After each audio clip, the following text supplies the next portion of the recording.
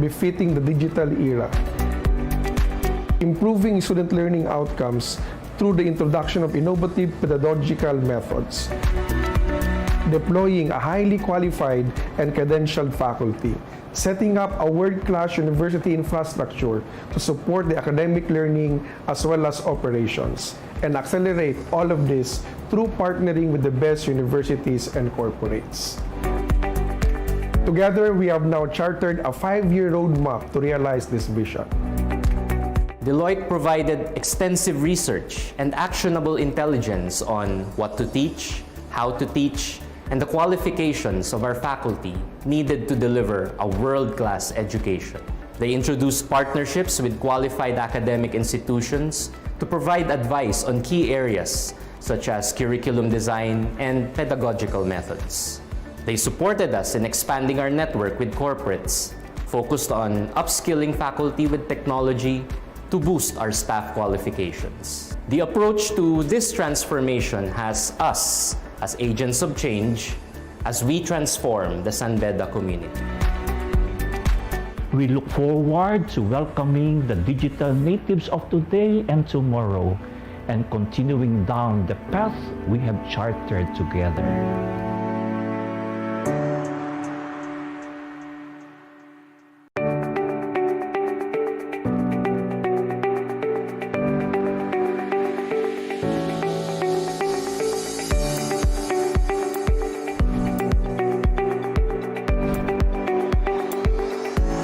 San Beda University was established in 1901 and since then has continually provided its students with a platform to be globally competitive. Our vision is to be the top digital university in the Philippines with the opening of a new college for information, communication, and technology.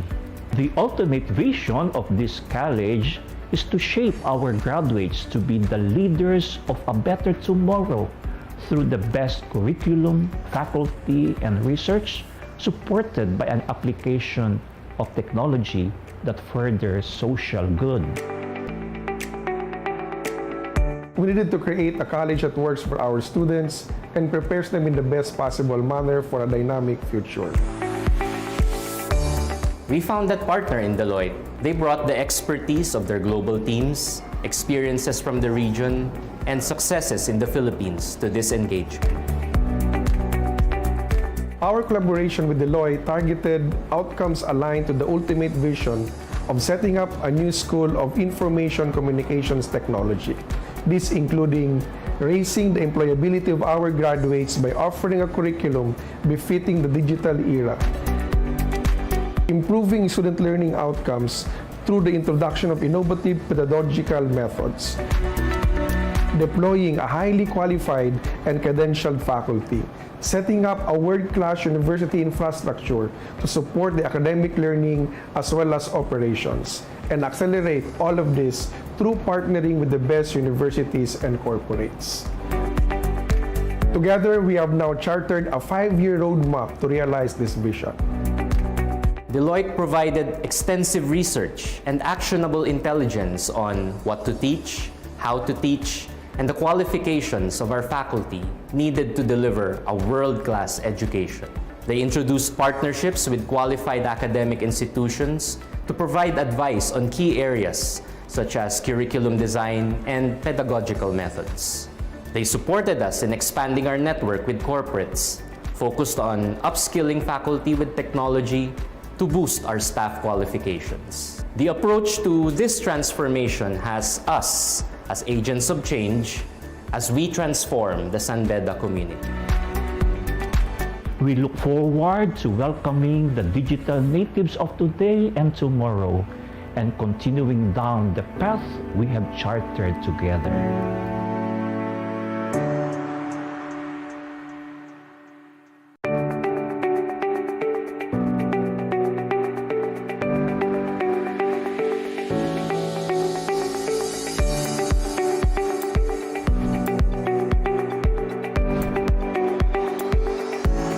San Beda University was established in 1901 and since then has continually provided its students with a platform to be globally competitive. Our vision is to be the top digital university in the Philippines with the opening of a new college for information, communication, and technology. The ultimate vision of this college is to shape our graduates to be the leaders of a better tomorrow through the best curriculum, faculty, and research supported by an application of technology that furthers social good. We needed to create a college that works for our students and prepares them in the best possible manner for a dynamic future. We found that partner in Deloitte. They brought the expertise of their global teams, experiences from the region, and successes in the Philippines to this engagement. Our collaboration with Deloitte targeted outcomes aligned to the ultimate vision of setting up a new school of information communications technology.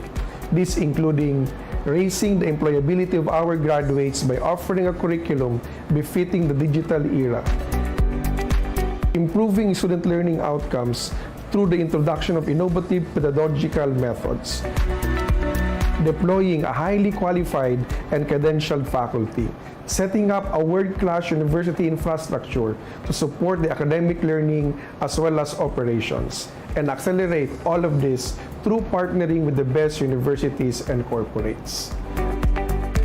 Together, we have now chartered a 5-year roadmap to realize this vision. Deloitte provided extensive research and actionable intelligence on what to teach, how to teach, and the qualifications of our faculty needed to deliver a world-class education. They introduced partnerships with qualified academic institutions to provide advice on key areas such as curriculum design and pedagogical methods. They supported us in expanding our network with corporates, focused on upskilling faculty with technology to boost our staff qualifications. The approach to this transformation has us as agents of change as we transform the San Beda community. We look forward to welcoming the digital natives of today and tomorrow and continuing down the path we have chartered together.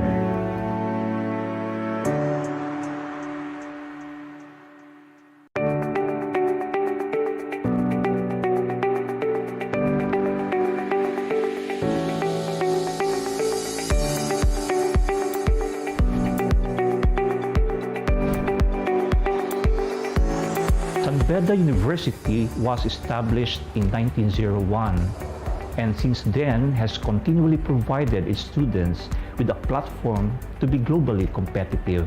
Our vision is to be the top digital university in the Philippines with the opening of a new college for information, communication, and technology. The ultimate vision of this college is to shape our graduates to be the leaders of a better tomorrow through the best curriculum, faculty, and research supported by an application of technology that furthers social good. We needed to create a college that works for our students and prepares them in the best possible manner for a dynamic future. We found that partner in Deloitte. They brought the expertise of their global teams, experiences from the region, and successes in the Philippines to this engagement. Our collaboration with Deloitte targeted outcomes aligned to the ultimate vision of setting up a new school of information communications technology.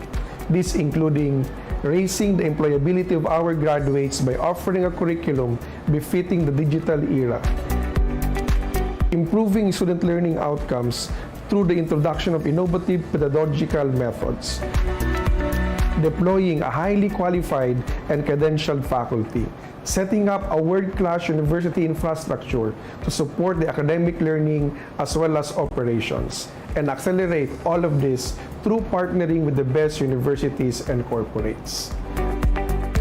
Together, we have now chartered a 5-year roadmap to realize this vision. Deloitte provided extensive research and actionable intelligence on what to teach, how to teach, and the qualifications of our faculty needed to deliver a world-class education. They introduced partnerships with qualified academic institutions to provide advice on key areas such as curriculum design and pedagogical methods. They supported us in expanding our network with corporates, focused on upskilling faculty with technology to boost our staff qualifications. The approach to this transformation has us as agents of change as we transform the San Beda community. We look forward to welcoming the digital natives of today and tomorrow and continuing down the path we have charted together.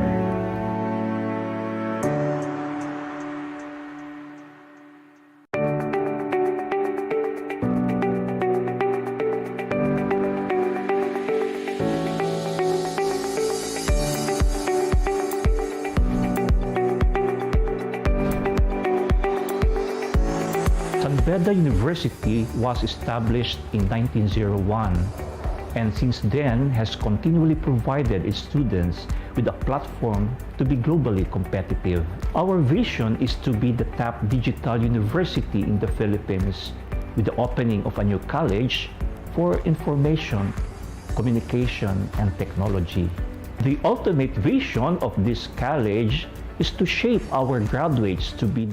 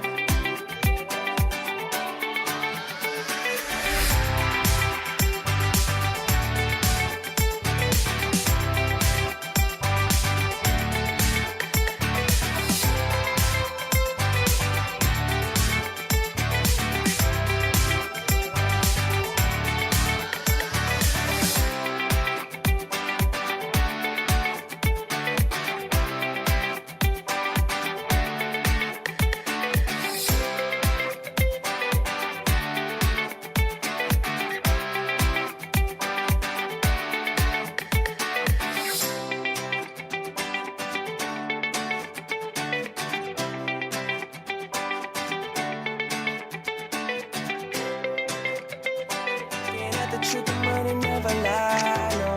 I'm the one, yeah. I'm the one early morning in the dawn. Know you wanna ride now. I'm the one, yeah. I'm the one, yeah. Hear you sick of all those other imitators. Don't let the only real one intimidate ya. See you watching, don't run out of time now. I'm the one, yeah. Ooh, ooh, ooh, ooh. I'm the one. Ooh, ooh, ooh, ooh. I'm the only one. Ooh, ooh, ooh, ooh. I'm the one. Ooh, ooh, ooh. I'm the only one. Looking for the one, what bitch you looking at the one?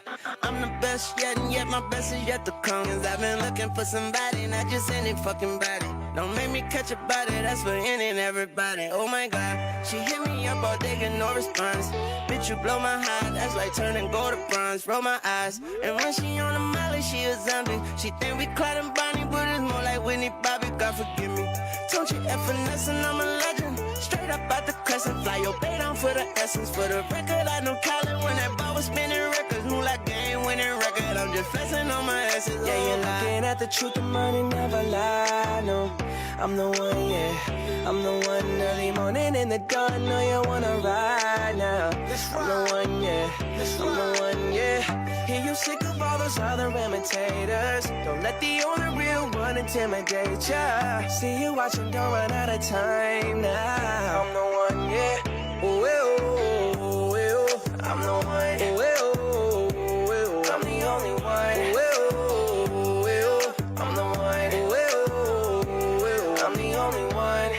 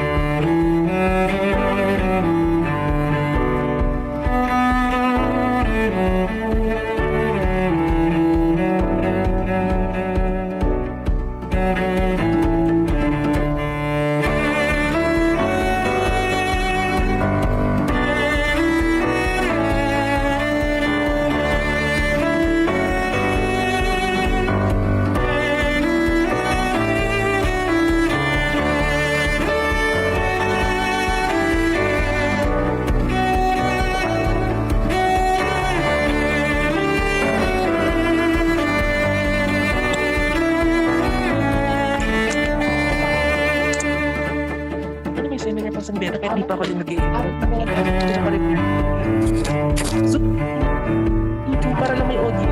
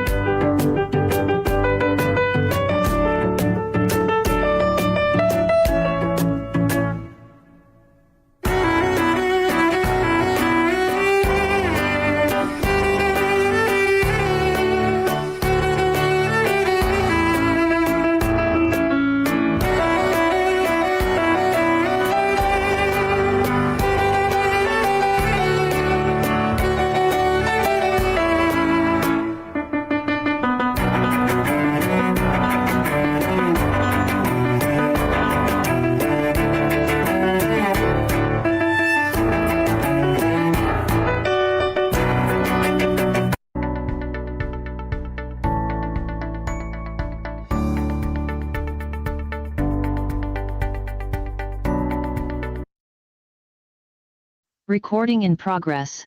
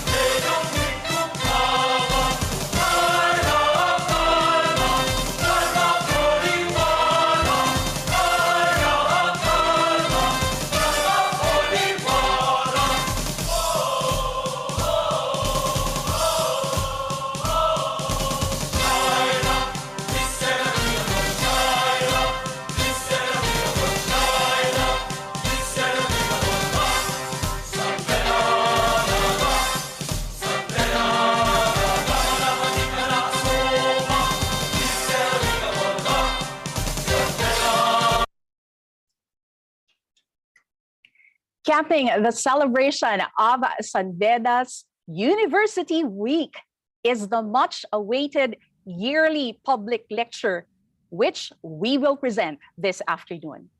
Mabuhay and good afternoon, friends. Welcome to the Venerable Bede Distinguished Public Lecture Series, the 4th Senator Edgardo J. Angara Memorial Public Lecture on Public Policy.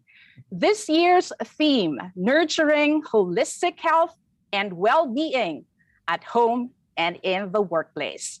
I am Sybil Agreda, your host for this afternoon's program. This program is streamed live via the official Facebook and YouTube channel of San Beda University. And of course, we are glad to acknowledge those who are here in Zoom and those who are tuning in via our social media pages, most especially our friends from the different colleges and universities, and also our international partners.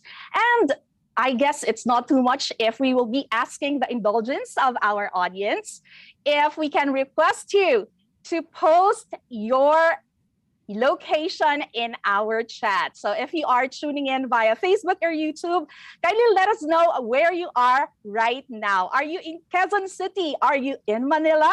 Are you in Dubai? Are you in Singapore right now? I guess it's very important that we know how big our community, how we have expanded our community now that we have transformed or changed into a virtual program. Okay, so we have participants from Antipolo, from Rizal, from QZ, from Ilocos, from Nueva Ecija, Cotabato, Las Piñas, Angono, Albay, Fairview, Tanay. Thank you very much. Very active audience in Zoom right now. We will try to monitor what's happening in our Facebook and YouTube later, so I'll update you wherever our audience are coming from. So thank you for the very warm energy, high energy, this afternoon. And I guess we can now start the program. We will begin with the invocation to be led by Musica Medicina. This will be followed by the singing of the Philippine National Anthem, and everyone is requested to stand during the singing of our Philippine National Anthem.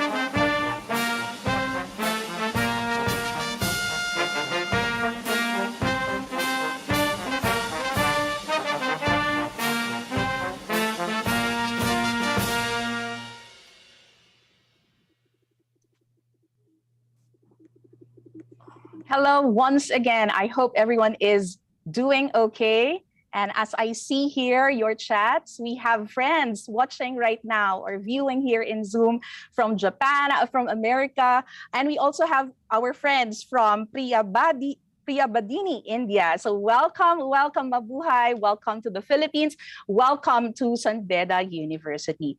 You know, friends, this year's public lecture series takes a different spin from the topic of inclusive education in 2019, combating climate change in 2020, realigning strategies to a sustainable quality education during the pandemic in 2021.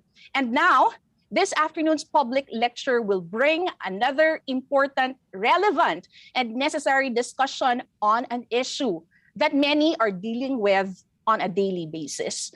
It is this public lecture's aim to bring to light issues and topics that not only people in the academe can learn from, but also the general public, which is aligned to the very ideals of the person with whom this public lecture is named after, the Bedan Honorary Alumni, former Senator Edgardo J. Angara. That is why this afternoon we bring another discussion and conversation that will help us see health and well-being at home and in the workplace in a different light and perspective, with the help of our most admired and respected guest speakers and invited discussants whose expertise are invaluable in the community and society on the whole. So to proceed, we will now hear the opening remarks and the overview of the public lecture series by our dear, beloved University Rector President of San Beda. Let us welcome the very Reverend Father Aloysius Maria A. Maranan of the Order of St. Benedict. Thank you very much, Professor Sybil Agreda. Thank you for the nice introduction. To our four esteemed speakers, our dear members of the Angara family, distinguished guests and friends from other colleges and universities and international partner institutions, my dear San Beda University faculty, administrators, alumni, and students, good afternoon. I am very happy to welcome you all to the 4th Senator Edgardo J. Angara Memorial Public Lecture. This public lecture is among the Venerable B Distinguished Public Lecture Series being held in honor of our patron Saint Bede, an English Benedictine monk born in 672 AD in Jarrow, England. He was a theologian, chronologist, historian of the English people, a formidable scholar, and illustrious doctor of the Church. This marks a historic event in the journey of San Beda as a Benedictine educational institution towards its goal of becoming a global research university. This lecture series aims to educate, share knowledge, foster a vibrant spirit of learning, and encourage discourse among the wider public and the members of the Bedan community on relevant and timely issues pertaining to various fields of studies. In particular, as part of the celebration of the San Beda's University Week, the Senator Edgardo J. Angara Public Lecture Series on Public Policy aims to honor and propagate the admirable vision, achievements, contributions, and legacy of the late Senator Edgardo Angara, who is a great Filipino leader, an exceptional lawyer, a dedicated educator, accomplished lawmaker, and patriotic statesman. It also aims to promote the continuance of his aspirations for national development, justice, and stability. For the second time, our Senator Edgardo J. Angara Memorial Public Lecture on Public Policy is unprecedented in its manner of delivery due to the COVID-19 pandemic. We are not gathered in person in our auditorium, but using online platforms to listen to our prominent speakers and then to have evocative conversations on our theme for this year's public lecture, nurturing holistic health and well-being at home and in the workplace. Tackling this topic is one of our university's affirmative actions in contributing to the achievement of the United Nations Sustainable Development Goal number 3 on good health and well-being. There is a popular saying, my dear friends, that health is wealth. We all know that health is considered most valuable and precious for every individual because of its multifaceted benefits, which have a far-reaching positive effect on our lives. Therefore, people value good health and desire to stay healthy. Every individual, regardless of race, color, and culture, look for the best ways to be healthy. We have seen how challenging it is to maintain a healthy lifestyle when we are in the middle of a pandemic crisis that causes stress, anxiety, depression, lower productivity, and workplace isolation. Health is considered a complete wellness of a body. The National Wellness Institute, a nonprofit organization based in the United States, defines wellness as an active process through which people become aware of and make choices toward a more successful existence.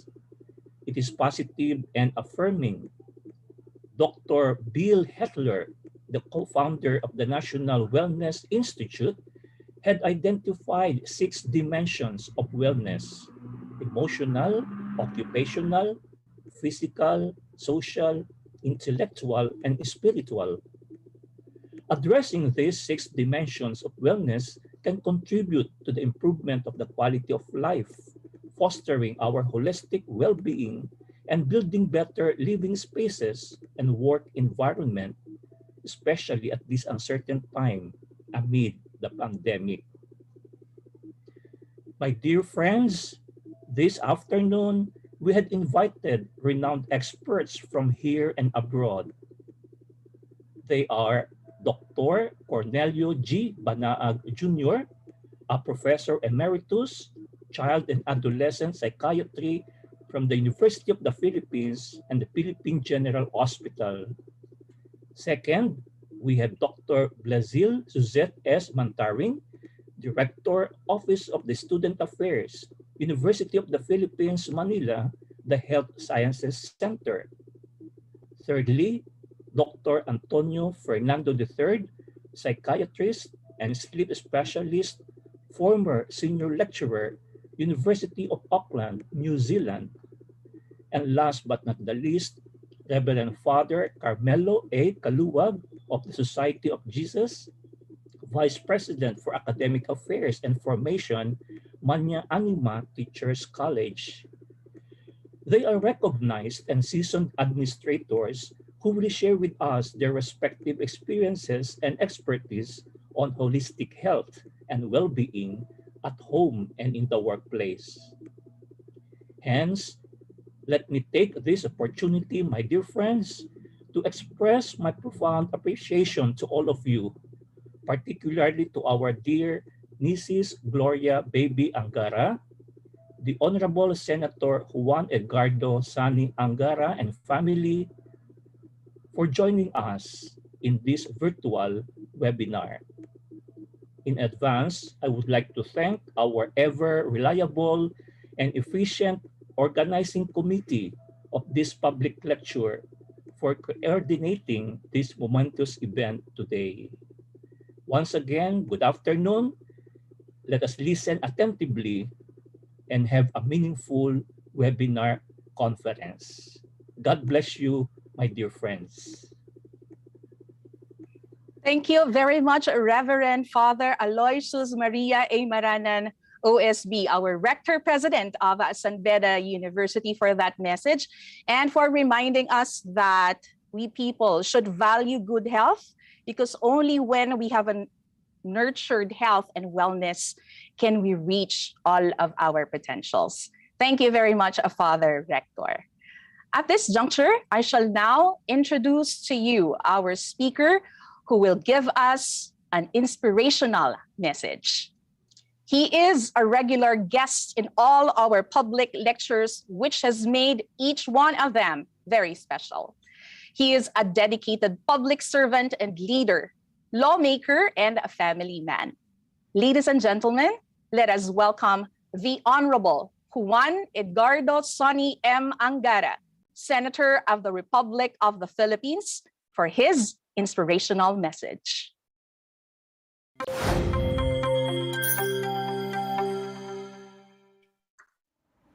Hello, warm greetings to all the participants, discussants, attendees, and organizers of the 4th Senator Edgardo J. Angara Memorial Public Lecture on Public Policy.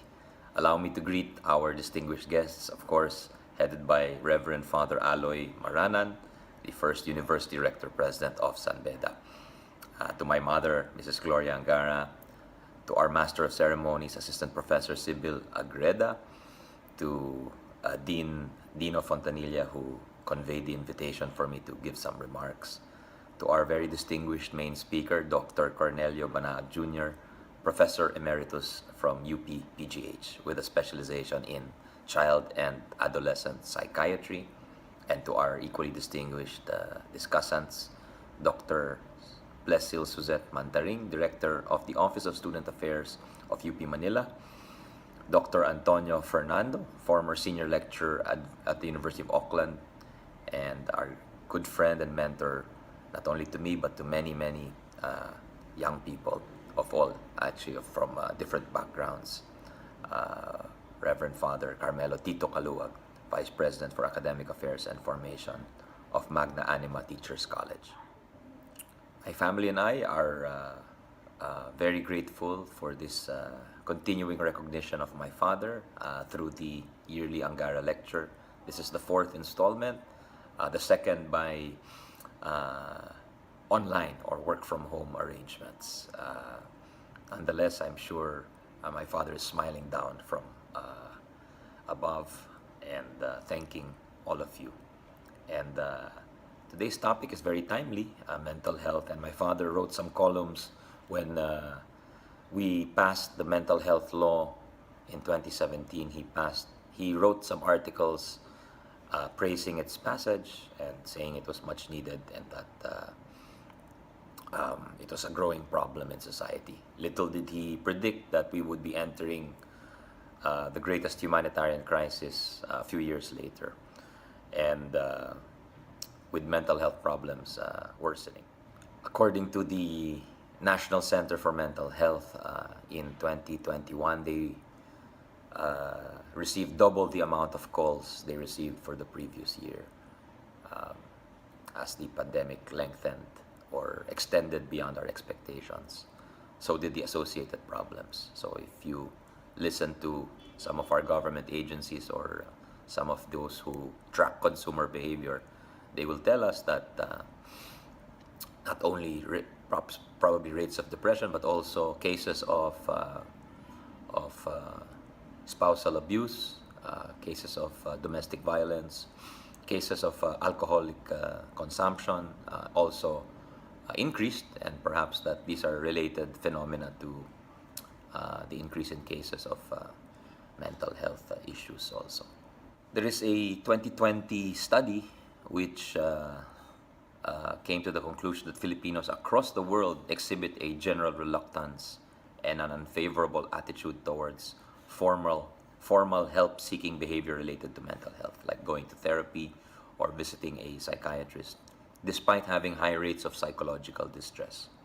This study further found that social stigma attached to mental disorder and a sense of shame, inaccessibility to services, a preference to seeking help from family and friends, and a prevailing cultural emphasis on self-reliance and resilience were among some of the barriers that stopped Filipinos from seeking help.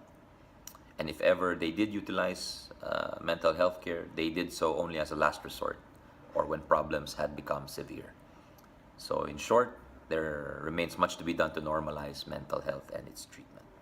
And so without that normalization, which is crucial, there can be no genuine nurturing of people's health and no genuine sense of well-being among individuals and within the society, so long as these problems persist. And it's difficult to see how people can achieve self-actualization or the achievement of their more lofty goals, collective or individual, if we do not address these problems. So we're looking forward to some of the suggestions of our very distinguished guests today.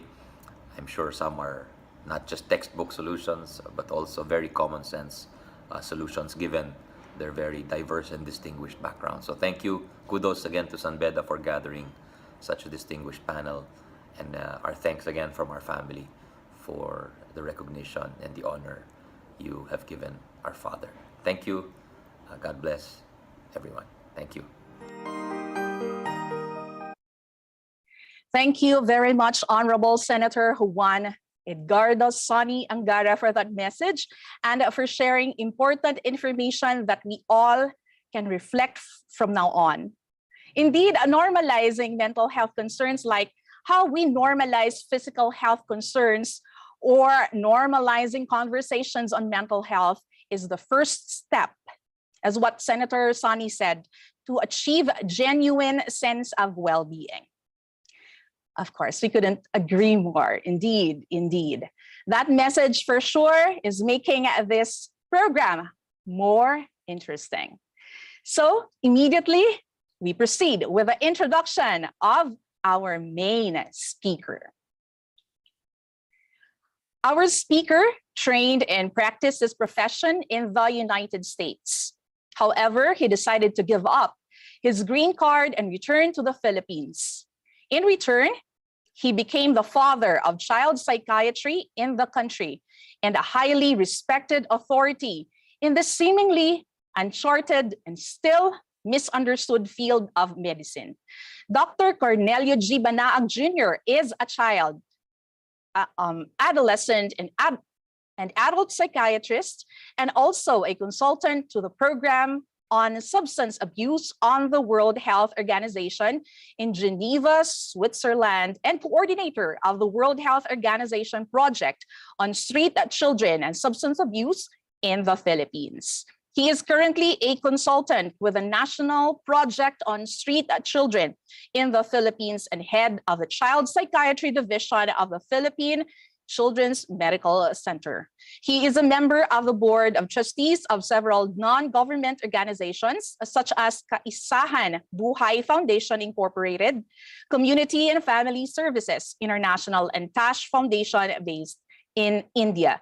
He has written a book on resiliency and has written numerous published articles.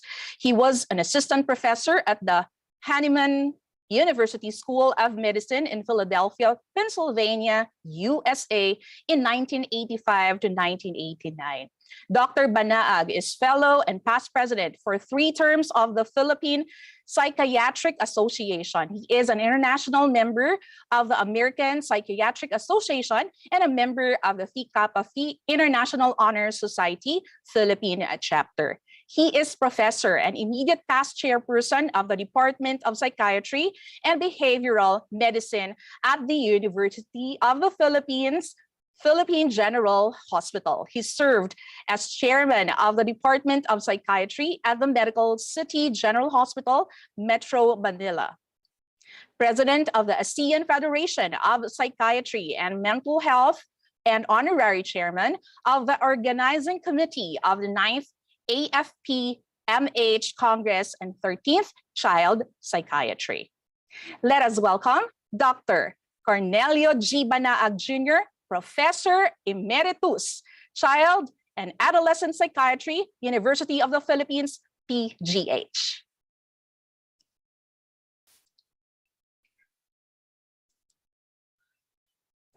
Thank you very much, Ms. Agreda, for that very kind introduction.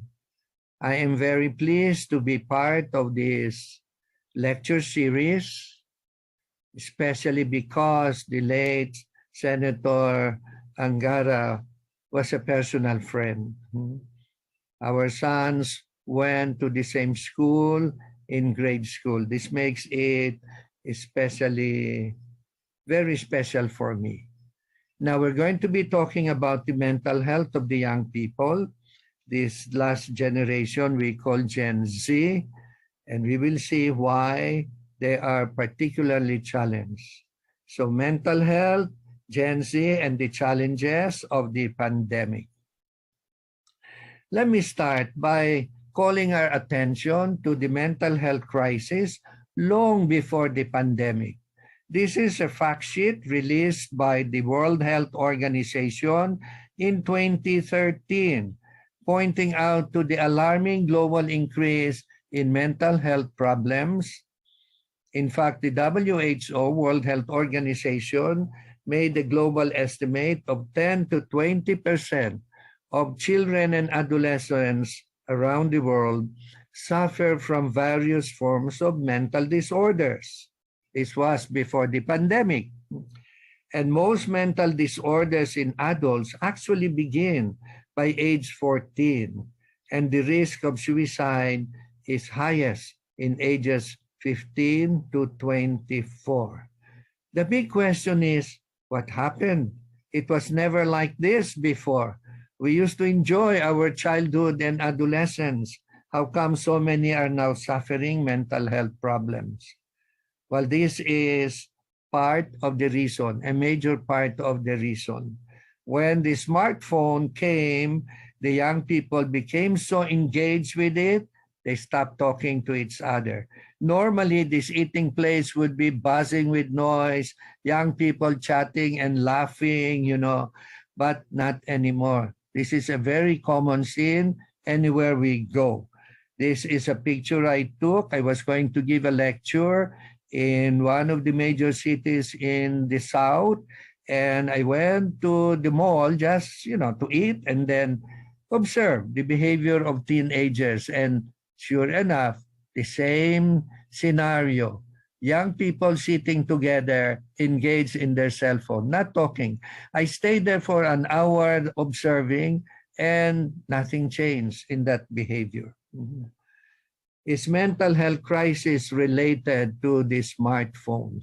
The smartphones came out in 2007. 3 or 4 years later, there were notable changes in the behavior of young people. They're meeting up less and less, and therefore there's less and less eye contact. They spend more time with the internet and the social media, and there is a growing sense of insecurity. They're less religiously affiliated. This does not mean that they are less spiritual, and they are so constantly stressed. That explains the sudden increase in mental health disorder that gave rise to the fact sheet by WHO in 2013. This is a periodic global health survey, school-based, done by WHO in its allied groups. This was done in the Philippines in 2015. The last one should have been 2019, but I couldn't find if that was done at all because of the pandemic. But in this survey in 2015, these are the findings. 17% of the high school students surveyed said they attempted suicide at least once in the previous 12 months. 12% said they seriously considered attempting suicide in the previous 12 months, and 11% have made plans on how they would commit suicide. There is a note on the role of social media as a moderator of envy, predictor of symptoms of depression. There's also a note, a sad note, on the imbalance between mental health facilities and our capacity to respond to the growing demand for mental health. This is an interesting book by Jean Twenges. Is often interviewed social psychiatrist talking about Gen Z, whom she calls iGen for reasons I will explain. Who are the iGen? They were born in 1995 or later. By 2021, they were about 25 years old, 26. So now 2022, they're 26, going 27 years old. They are not in a hurry to grow up. They are, as teenagers, hindi sila tulad yung older teenagers, the previous generation who love going to the malls with their friends, making their instant decisions without consulting parents, and in the process are learning how to take responsibilities for their own decisions. This is the generation who live their life in the internet. There are less and less in-person meeting, but there is a growing palpable insecurity among them. And there is an attitude that is described as indefinite in their relationship. They can be in love, they can have sex without any promise or commitment. And many are irreligious. There are less and less religious affiliations, and they are very inclusive. They cannot understand the biases of their parents. One of my patients, for example, got upset with the parents because the mother was saying, sinabi ko na sa iyo, stop going out with that guy. That guy is gay. And so my patient couldn't understand why he could not go out with his friend just because his friend was gay. Now, this is the generation that was born and raised in the digital area. Gadgets are not just tools the way they are to us, but gadgets are extensions of themselves. They are the biggest users of the internet. They can't live without the internet. They constantly check their social networking sites. And if they need any information, the first thing they go to is the internet, Mr. Google. And there are certain correlations that Twenge found. For example, the risk of loneliness is very much correlated to the amount of time spent in internet news, TV, social networking websites, in contrast to in-person social interaction, sports, exercise, religious services. The relative risk of at least one suicide risk factor is correlated to the amount of time used in electric device, in contrast to those who engage in sports and exercise. And of course, bullying, whether in school or online, is a very big risk for at least one suicide risk factor. The role of sleep. The smartphones have definitely decreased the teens' sleep time. By 2015, studies showed that 57% more teens were sleep deprived than those teens in 1991. Teens who don't sleep enough are more than twice as likely to report higher levels of depressive symptoms. Neuroscience tells us that if a teen sleeps less than 7 hours, and this is in fact maybe expecting too much, especially now that school has migrated to virtual school, but those who sleep less than 7 hours are more likely to have one risk factor for suicide. And then the coronavirus descended upon us. We live in unprecedented time that changed the way we live our lives, the way we work, the way we run around our lives. And we have an invisible enemy seen only in terms of number of people getting sick and number of people dying. And the immediate response was simply preserve your personal hygiene, wear masks, and then the shield, social distancing, enhance community quarantine. These changes quickly resulted in elevations of mental health because mental health problems because of elevated stress and anxiety. Of course, anxiety is normal, adaptive when we are facing a danger. But the anxiety, when confronted with prolonged danger, unremitting danger, anxiety can become toxic and become seen as constant worrying, problems in sleep, problems in eating, changes in handling emotions.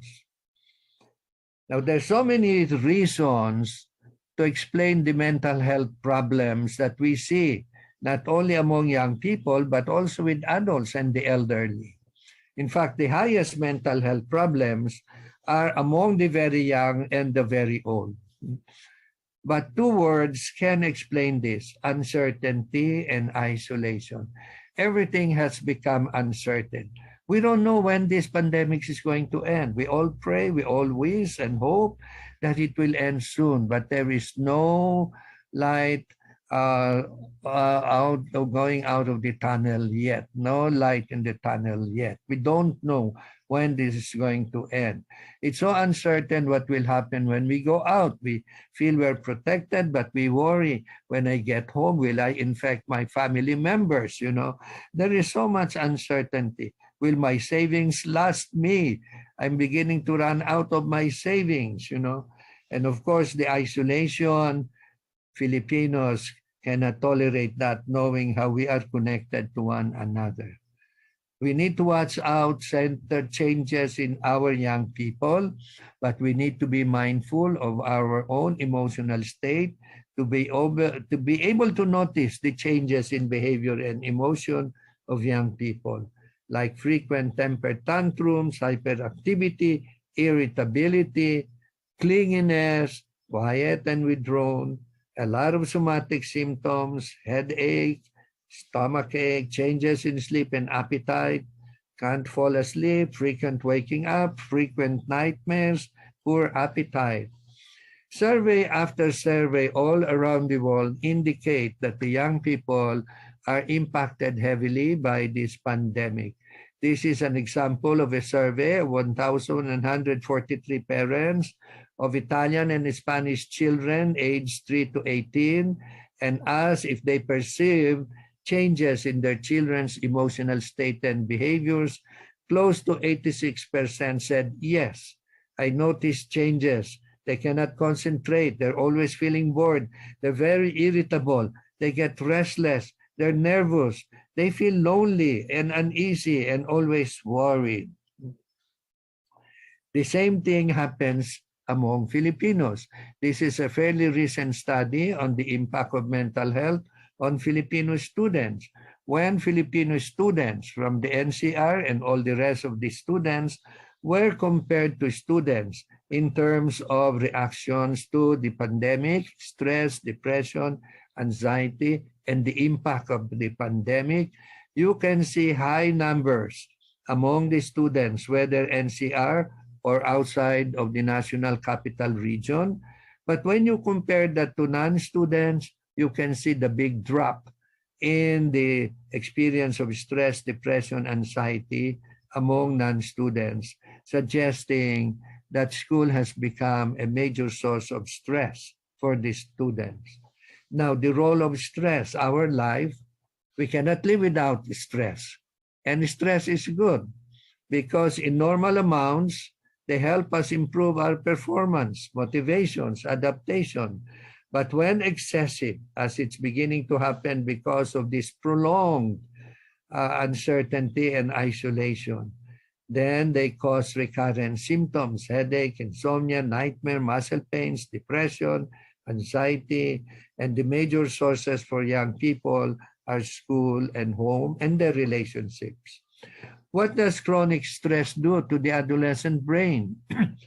The brain is so sensitive to life experiences, but there are certain areas of the brain that are particularly sensitive. One is the hippocampus. We know that as our memory storage. The other is the prefrontal cortex. We can see that in this picture on the right side, which moderates what we call as executive functions, decision-making, planning, organizing, prioritizing, time management, emotional regulation. And the other part of the brain that's being target of stress is amygdala, and we know that as the center for emotions. What happens with chronic stress? The volume of the hippocampus and prefrontal cortex becomes reduced, and the volume of the amygdala is increased, compromising emotional functions and cognitive skills. No wonder our young people are always emoting, and a lot of time negative emotions. Therefore, there is an increase in stress-related dysfunction like anxiety, depression, non-suicidal self-injury, drug abuse, and even suicide. I like presenting this slide because it shows us how sadness, which is a very decent human emotion, becomes a depressive disorder, a mental disorder. Or nervousness, which is normal. We all know how to feel anxious. We all know how to feel nervous. But when did that become an anxiety disorder? Or anger. We all get angry every now and then. When did that become a manic rage?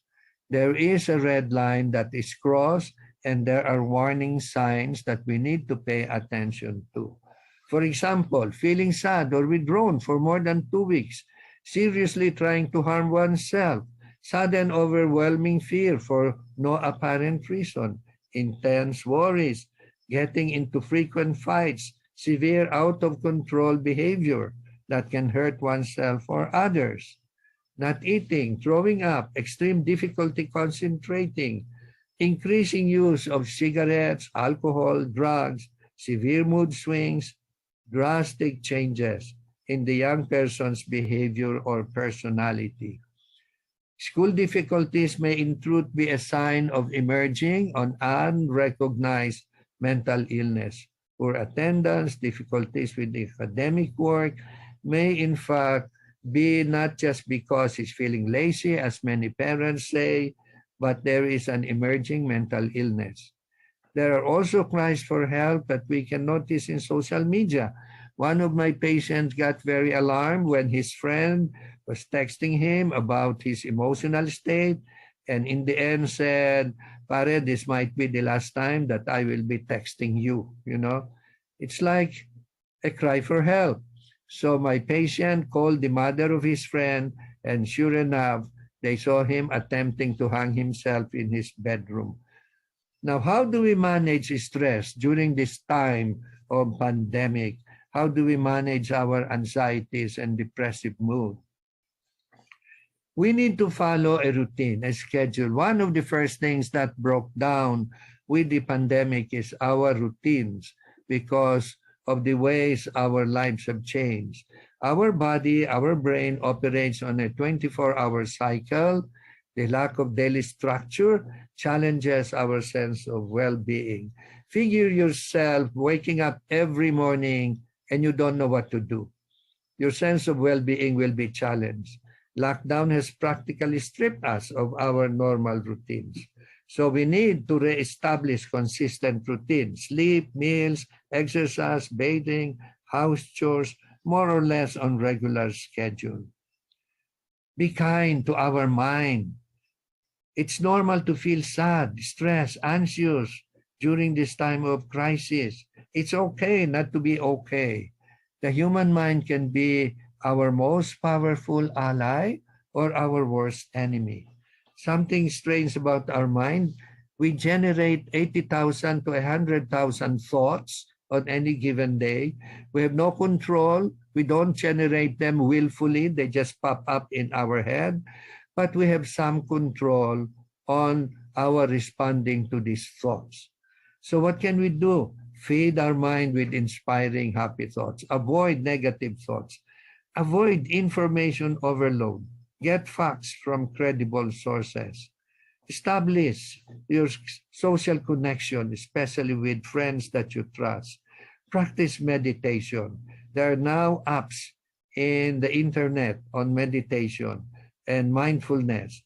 Neuroscience shows us that meditation helps calm our minds of our anxieties.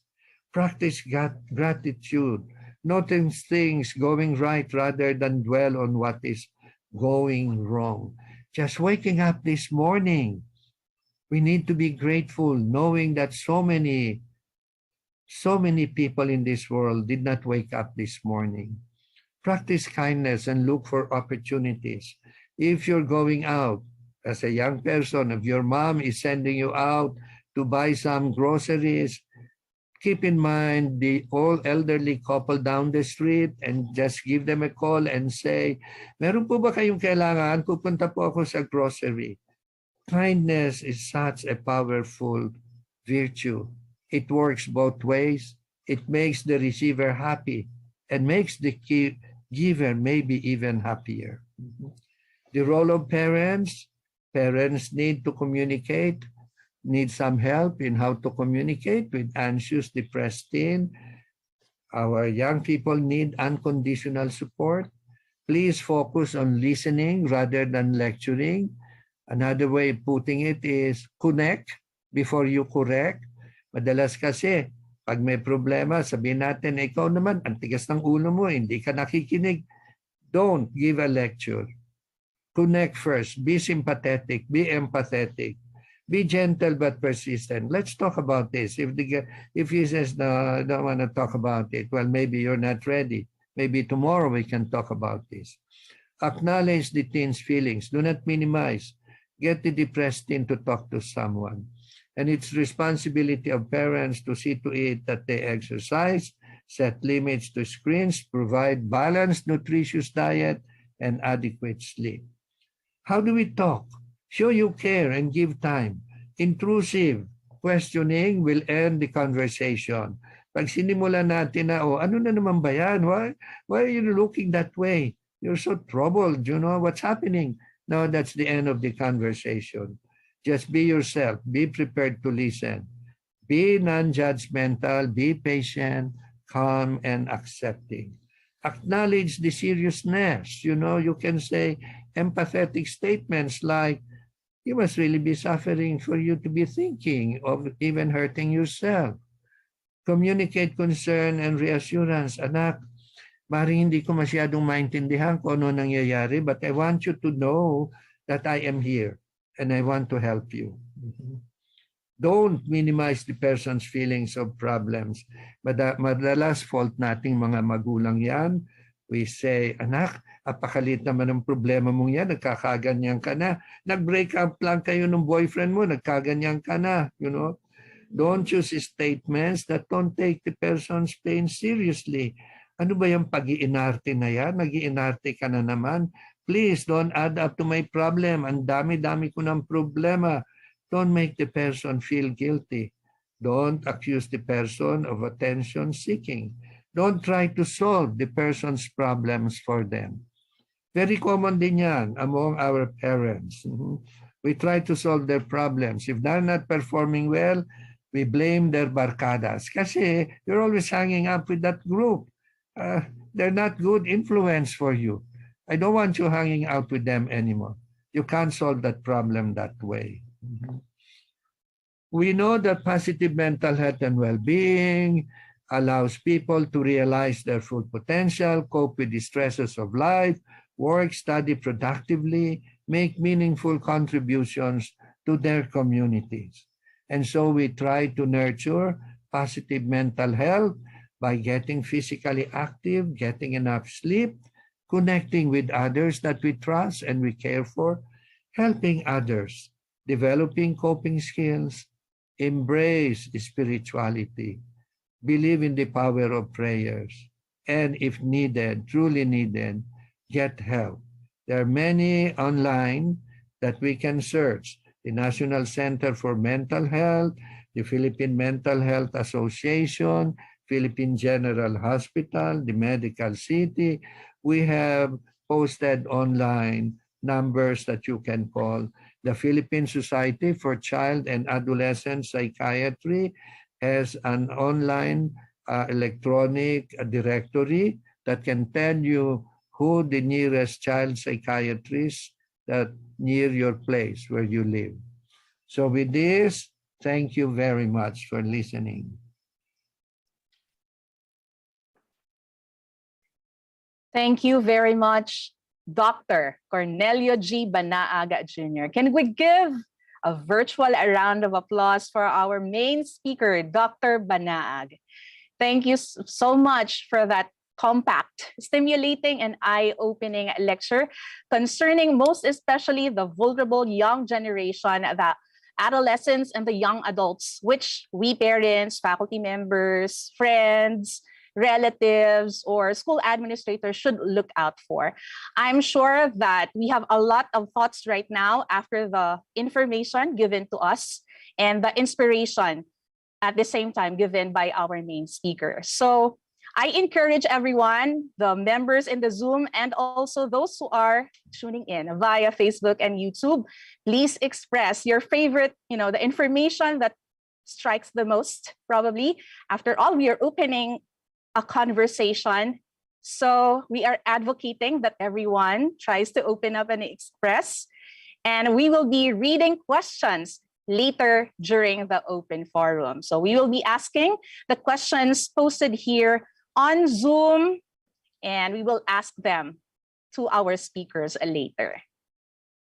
Okay, so I guess the afternoon is getting more interesting.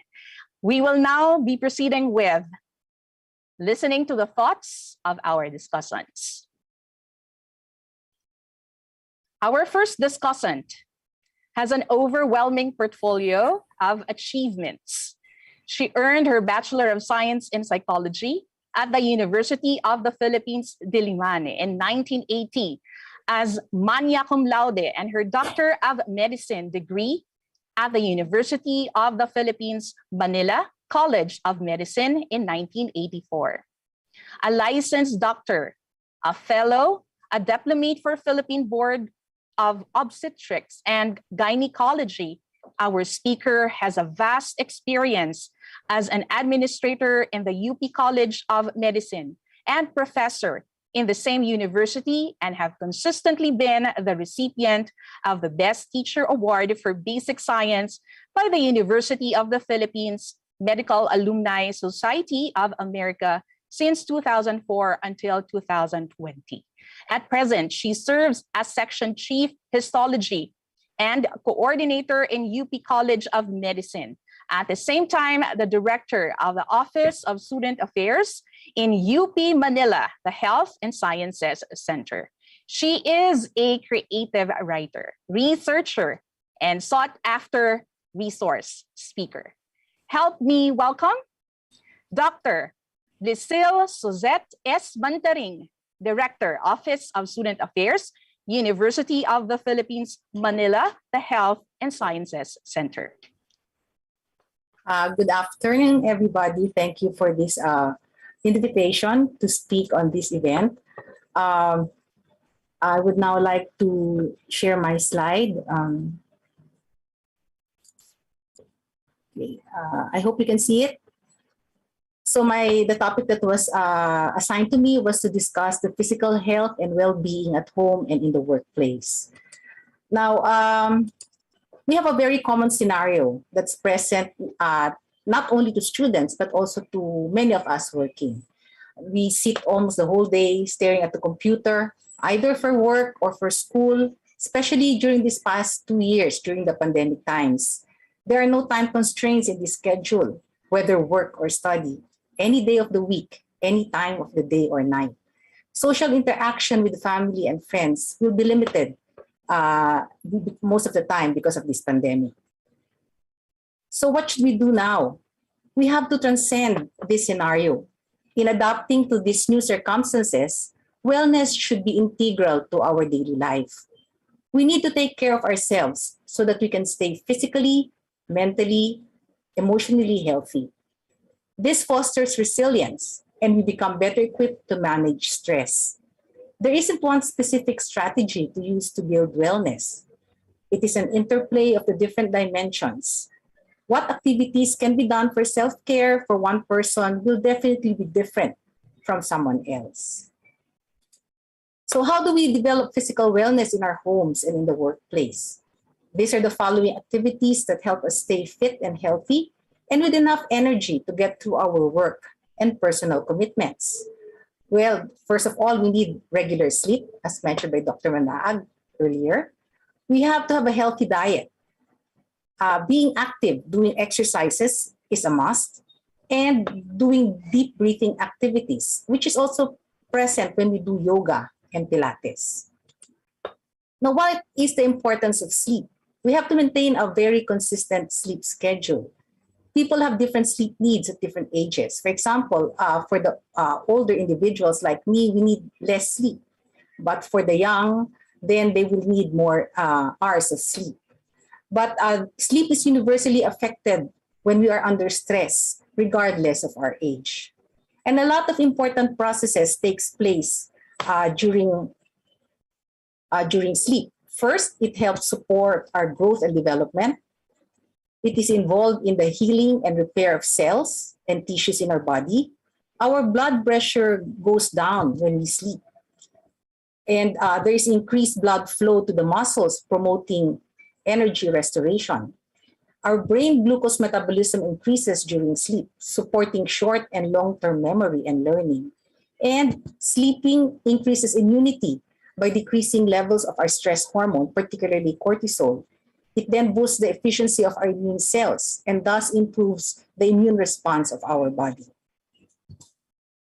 Ongoing sleep deficiency is associated with so many diseases. For example, heart disease, kidney disease, high blood pressure, and obesity. For example, during sleep, our blood pressure goes down. Having sleep problems will make our blood pressure stay higher for a longer period of time. High blood pressure is one of the leading causes of heart disease and stroke. With sleep deficiency, our levels of hunger hormone secreted by our gut will go up, while the levels of our satiety hormones from adipose or fat tissue will go down. Also, with sleep deficiency, this results in a higher than normal blood sugar levels because there is an increased secretion of the hormone cortisol with sleep deficiency, resulting to increasing blood pressure and decreasing insulin sensitivity. Therefore, this will lead to increased risk of diabetes.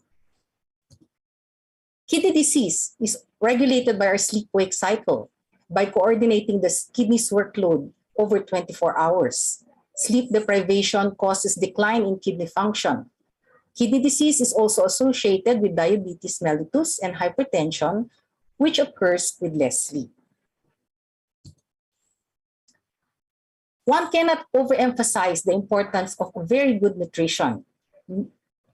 Particularly during this pandemic, when we feel stressed, we always want to eat our comfort foods.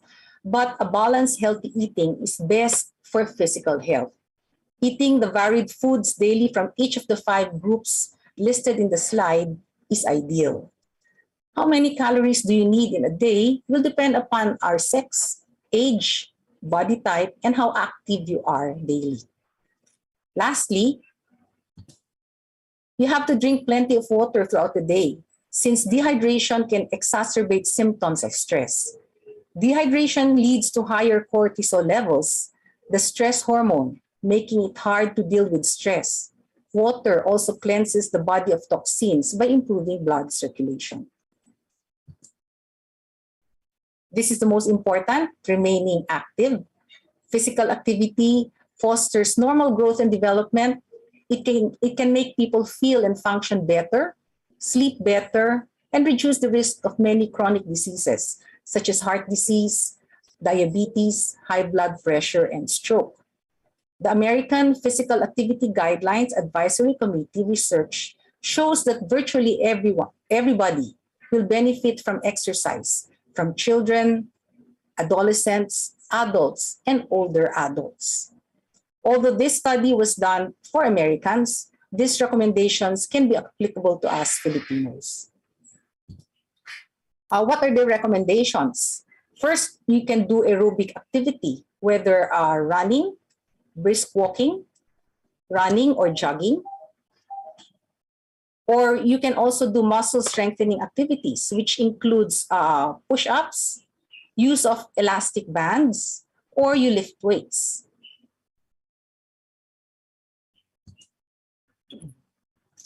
Balance activities are also recommended in order to prevent us from falling, for example, especially for the elderly. And these balance activities involve strengthening of the muscles of the back. We can also do sit-ups, or you can stand with your weight on one leg, raising the other leg in front or at the back. And lastly, multi-component physical activity, which includes all the previous mentioned activities, such as doing Tai Chi, dancing, doing any form of sports, or even gardening is a form of multi-component physical activity.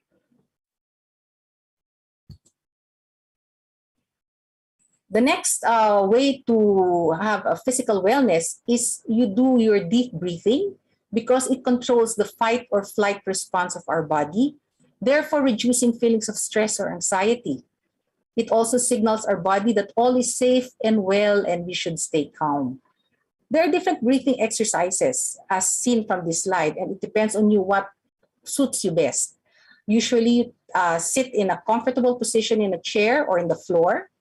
You can take 5 slow deep breaths several times a day. This is the easiest to do. Or you can inhale in a count of 4, as seen in this slide. And you hold your breath for 7 counts. Then you exhale through your mouth, like you are blowing out a candle. Or You can also do the belly breathing, or what you call the diaphragmatic breathing, wherein you lie down, you put a pillow under your knees to support your legs. Then you place one hand on the abdomen and one hand on the chest. And then you slowly inhale, filling up your lungs, and you can feel your diaphragm, you can feel your abdomen and chest rising with the air going in our body. And then exhale through your mouth again, keeping your mouth and jaw in a very relaxed position. At the very least, breathe deeply 5 times, several times a day. This can help you relieve stress and anxiety. For the second half of my lecture, I'm just going to give a very brief information on how UP Manila addresses the well-being of our students. We have what we call the Psychosocial Wellness Network, or the PSWN program. This was created to address the emotional needs of our students. It widens the reach of mental health care, originally offered only by our guidance counselors and by the UP PGH Department of Psychiatry. This Psychosocial Wellness Network is a collaborative work of 7 of the 9 colleges of UP Manila to foster a healthy and responsive campus climate. It is headed by the OSA director, and it will have several members. We have Office of Student Relations of each college. They are usually the faculty of each college. We have the guidance counselors. We have a student representative from the student council, and the chair of the Department of Psychiatry usually attends our meetings. We meet regularly to discuss mental health and share best practices of each college related to student support. However,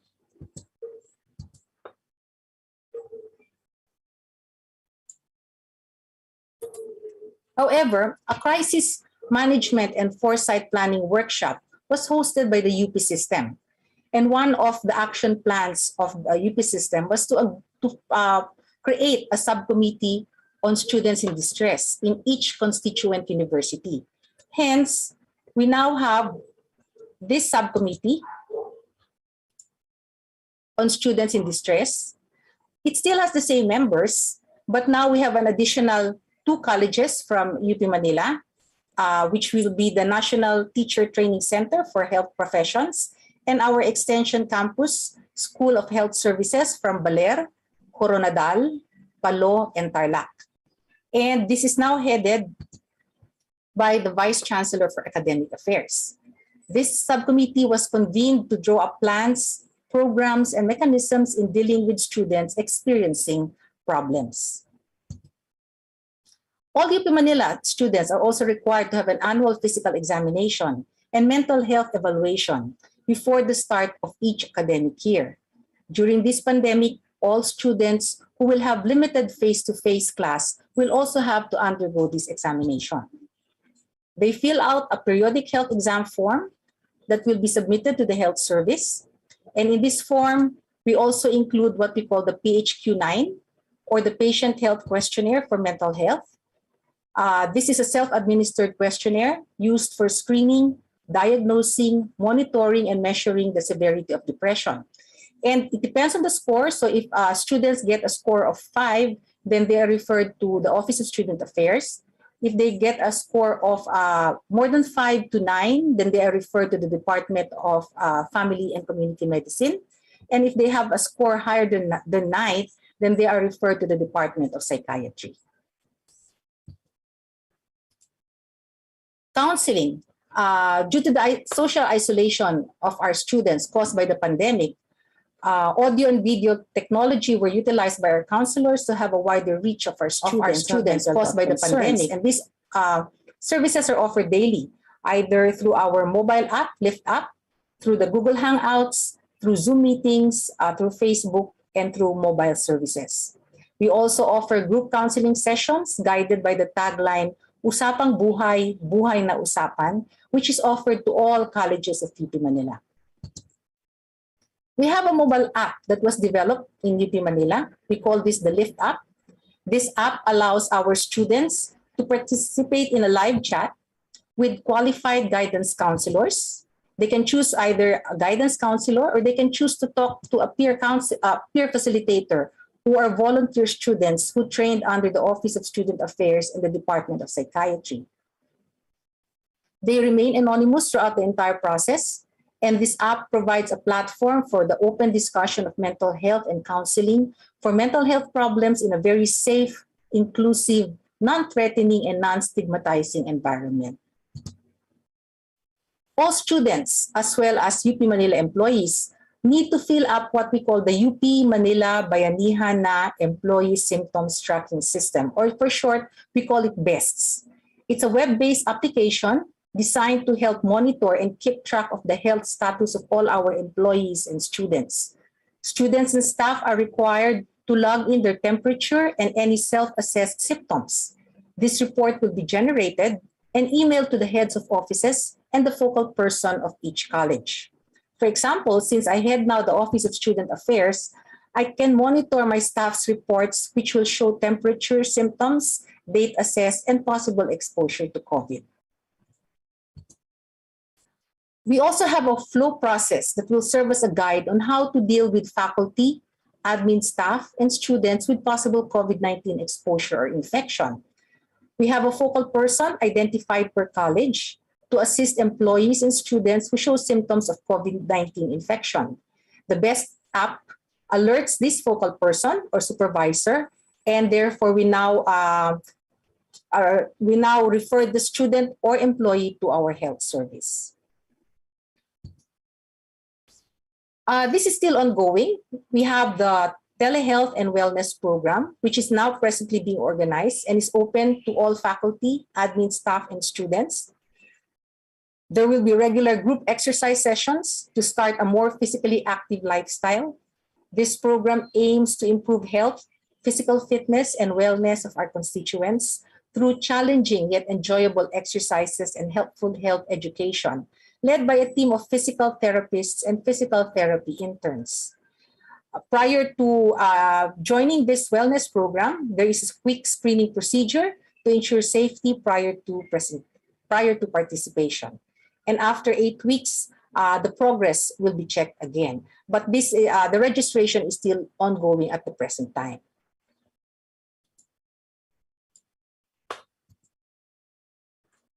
As a summary, I would like to emphasize that there is not one specific strategy to use to build wellness.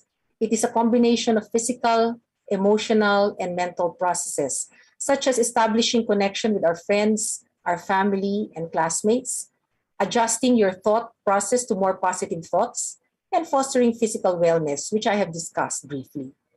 I have also mentioned the preparation and the activities that UP Manila is doing for face-to-face classes, both mentally and physically. Thank you for your kind attention.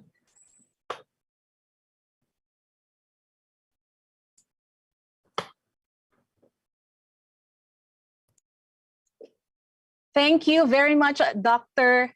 Lesil Suset S. Mantaring. Let's give her a round of applause, virtual round of applause. And whatever it is that you liked in the talk of Dr. Mantaring, kindly share it here in our chat. We'd love to read your thoughts and your questions as well. Again, we encourage our participants here in Zoom, write your questions down, and we will be asking all those questions later during the open forum.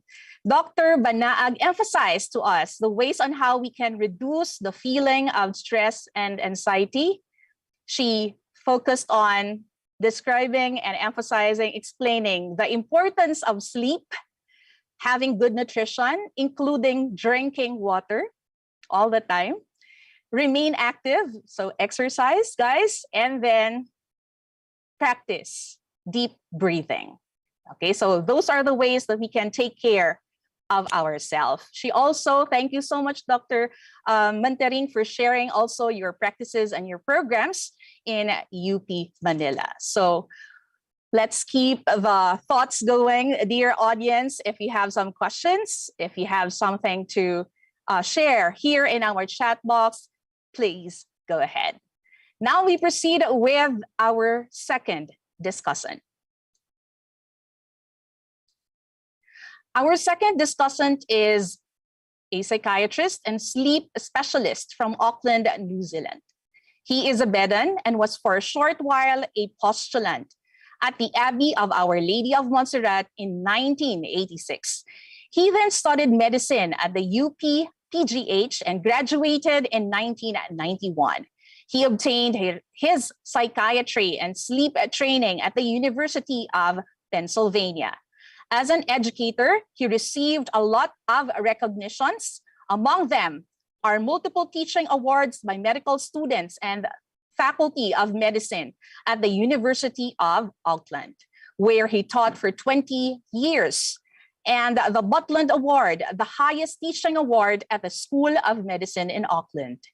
His contribution in the field of sleep medicine and medical education has also been recognized. In fact, in 2012, he was awarded by President Aquino of the Philippines for his services to sleep medicine and medical education. And in 2015, he received the Chair's Award by the New Zealand Medical Association, the highest recognition given to the association to any doctor in New Zealand for his work on physician well-being.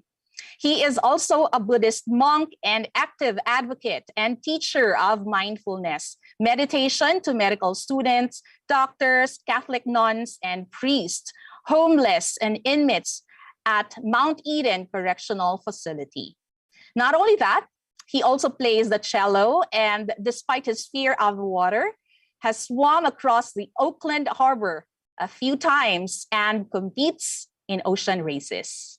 He was recently awarded his PhD from the University of Auckland, studying compassion in medicine. Let us welcome Dr. Antonio Tony Fernando III. Magandang hapon po sa inyong lahat. Ako po si Tony Fernando. Taga San Beda din po ako. High school many years ago. And then, nag-postulant po ako sa Benedictine Abbey sa Montserrat po. Dyan po sa Menjola. Just for 6 months. And then after that, I joined the medical school sa UP, College of Medicine.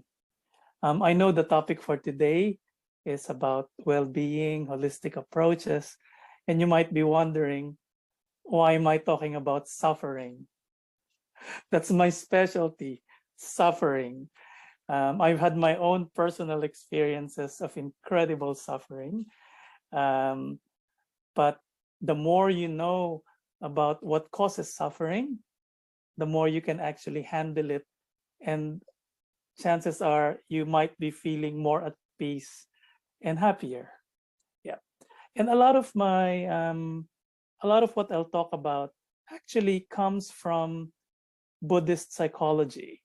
So if you ask me, the Buddha was or is the smartest ever psychologist that's ever lived. That's from my perspective. Okay, he's not a god. Hindi siya god. Hindi siya this powerful being. He's just a human being, 2,600 years ago, who had this incredible understanding of how the mind works. And a lot of what I'll share to you actually comes from his teachings about the mind. Yeah.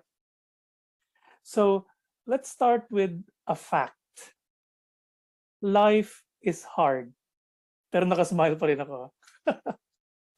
Life is hard. I want to say, I wish I can say, yeah, life will be easy after you've finished your masters, after you've found your partner, you will be happy. Or once you have children, you will be happy. Or once you retire, you will be happy. The reality is no, you won't be. If ever you'll be happy temporarily, sandali lang, you know. So when you really look at life, there's so much dramas from all different departments. Laging may drama sa family, may drama about sa work, may drama sa school, may drama sa mga kaibigan, may drama sa traffic, may drama sa politics, laging may drama, laging may difficulties. So you actually cannot escape it. You cannot. I wish I can tell you, yes, you can. No, you cannot. Why is it? Why can't we escape suffering? Because it is in our very nature as a human being. The way our brain has evolved is that it should experience negative experiences. It should experience that. So our brain has actually evolved to feel pain, feel suffering, feel dissatisfaction, and experience frustration. So that is how our brain is wired. Okay, and you might wonder, why is the brain wired like that? I'll mention later, but probably mention it now as well. It's because suffering, difficult situations, feeling low, feeling sad makes us want to solve our situation. It makes us want to change our situation so that we will feel better. Okay, so there's a purpose for suffering and why we experience dissatisfaction. So from the moment we're born as a baby until we die, until our last breath, there's always a chance that there will be suffering there. So just accept that that's part of being human. Yep, you cannot escape from it. Yep. Now the question is, very, very basic question is, what is suffering? Big question. So some people say suffering is headache, suffering is pain, suffering is separating from my girlfriend or boyfriend, suffering is losing my job. But I actually beg to disagree, because those things might not mean suffering to other people. So for other people, if they break up with their partner, they actually are not suffering, they're relieved. And as a doctor, I see patients who have all sorts of pains, like chronic pain from different types of injuries, and not all of them are suffering. Some of them have embraced pain and they're at peace with pain. So suffering is not necessarily pain or losing things. So I'll give you a better definition of suffering, okay? And this is how we define suffering in the East. Yeah. Suffering is when you are not at peace with the present moment. That is suffering. All right. So what's an example? For example, I'm lucky enough to be, let's say, I'm riding business class. Yeah, beautiful, spacious, nice food. But if I'm not at peace being in business class because my child is flying in economy at the back, I'll be suffering because I'm not at peace being there at the moment. So suffering is not being at peace at that moment you're existing. So another example, I do volunteer work in the prison jail here in Auckland, in New Zealand. And I've encountered people who tell me that being in jail for them is actually not suffering. They're actually happy being in jail. So they're at peace being in jail, so they're not suffering. So a good definition of suffering, if you ask me, is not being at peace with the moment, which means that if you want to lessen your suffering, is to learn to be accepting and to learn to be at peace with what's going on. That's different from just being resigned and saying, oh, I'm poor at the moment. Wala na akong magagawa. I should just accept being poor. That's not what I'm saying.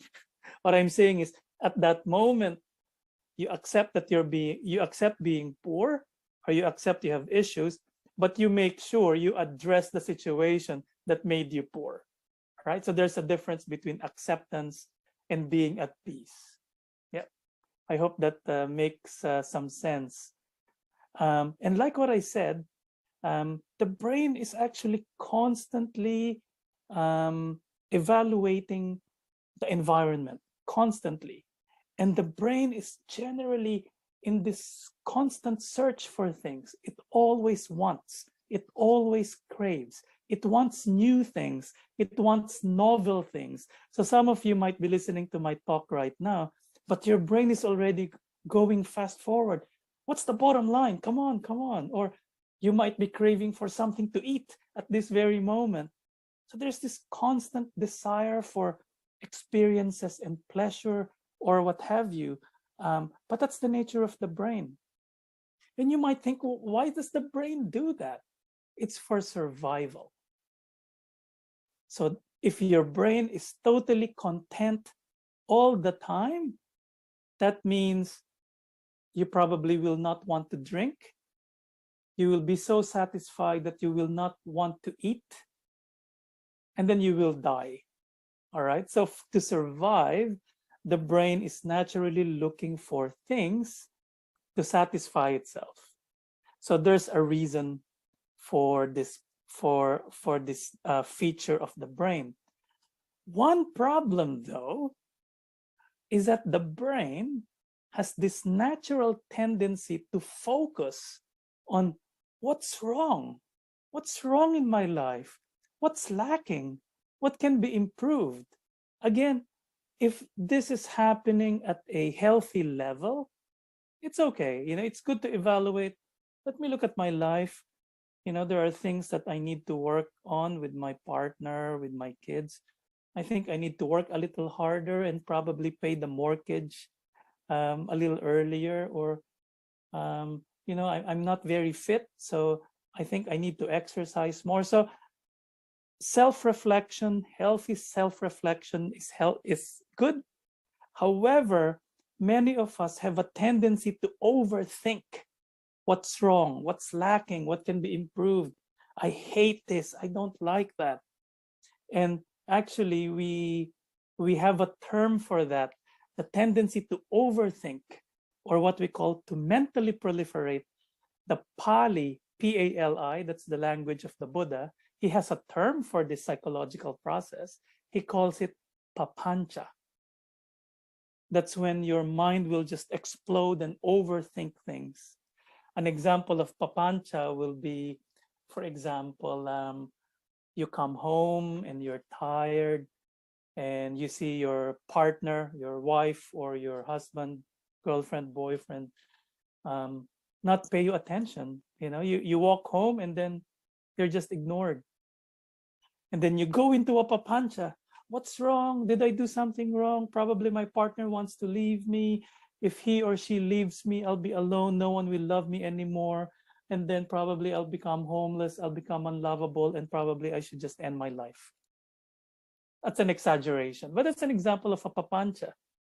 Another example of a papancha, you're walking down let's say you're driving down the highway, and then someone overtakes you.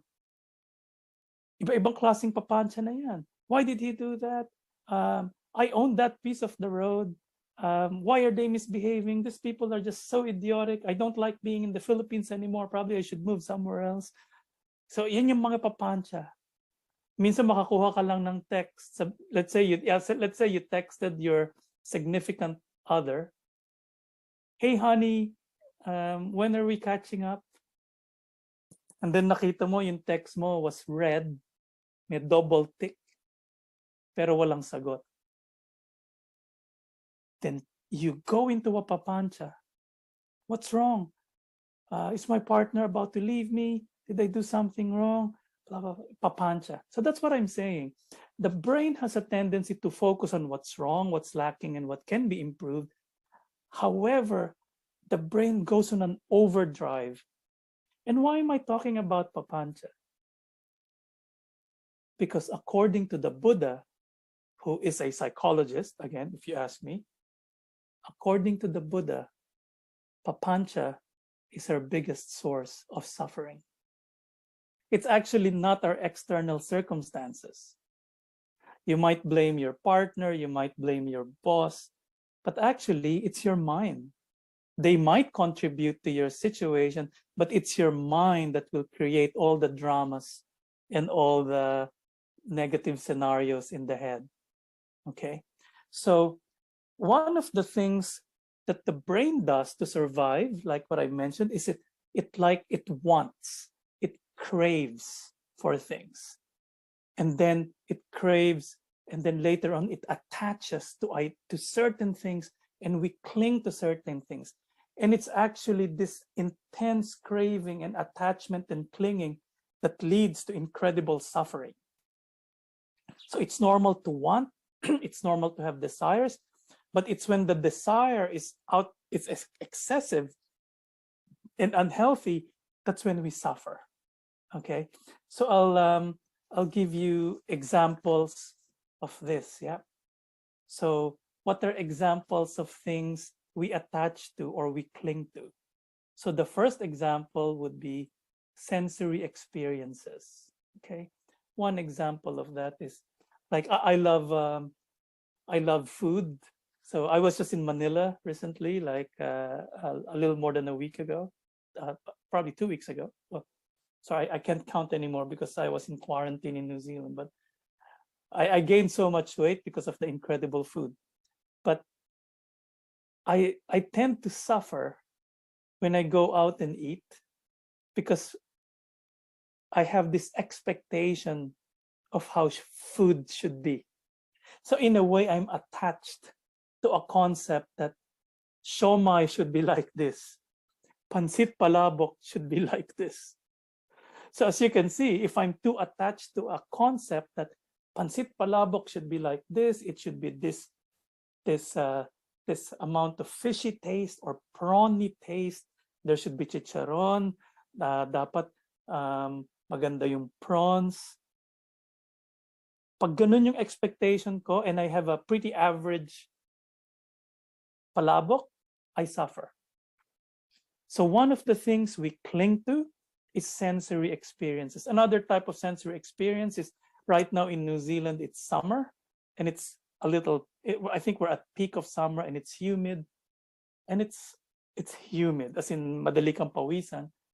If I'm attached to the concept that I should be comfortable all the time, then I suffer.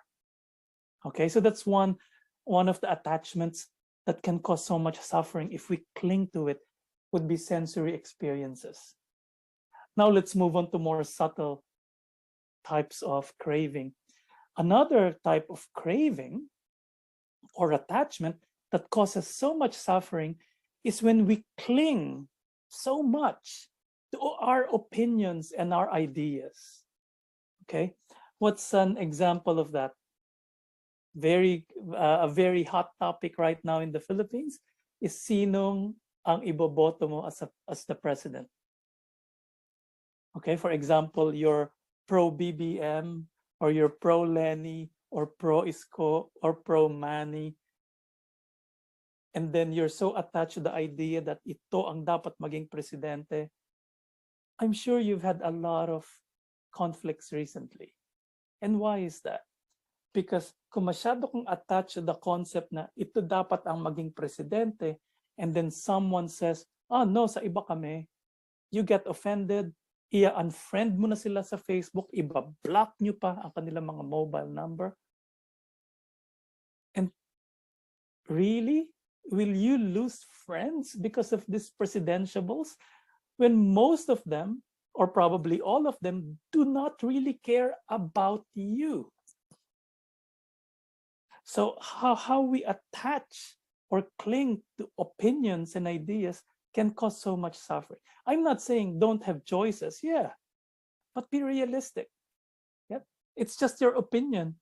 It's not 100% true all the time.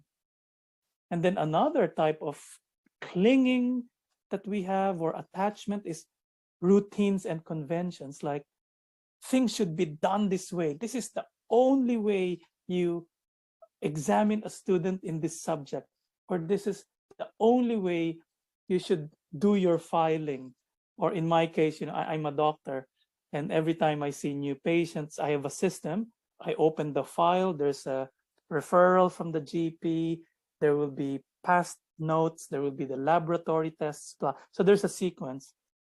And in the past, pag wala yun sa sequence, I get upset. And then I tell off the secretary.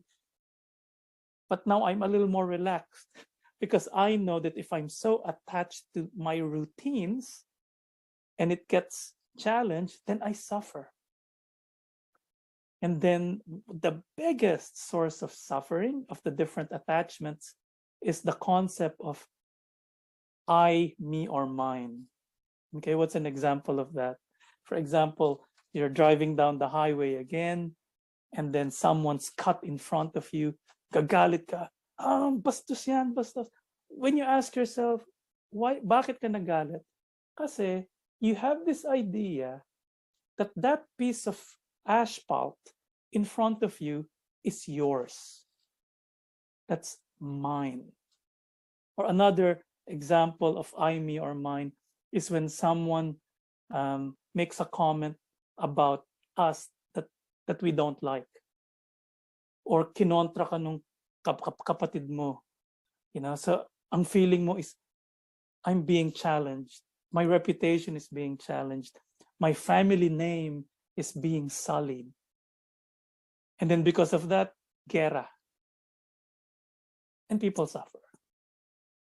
So these are the four things we have to be careful about. So because they cause so much suffering if we cling to them incredibly. Yeah. So my suggestion is, when you're feeling upset or when you're angry, instead of blaming the other person immediately or blaming the situation or blaming the politicians, you ask yourself, what am I actually attached to? What am I clinging to? You might be clinging so much to how things should be done, or your expectations of how the world should be, or how politics should be run, or how Sanbeda should be run. Ask yourself, yeah, am I too attached to those concepts?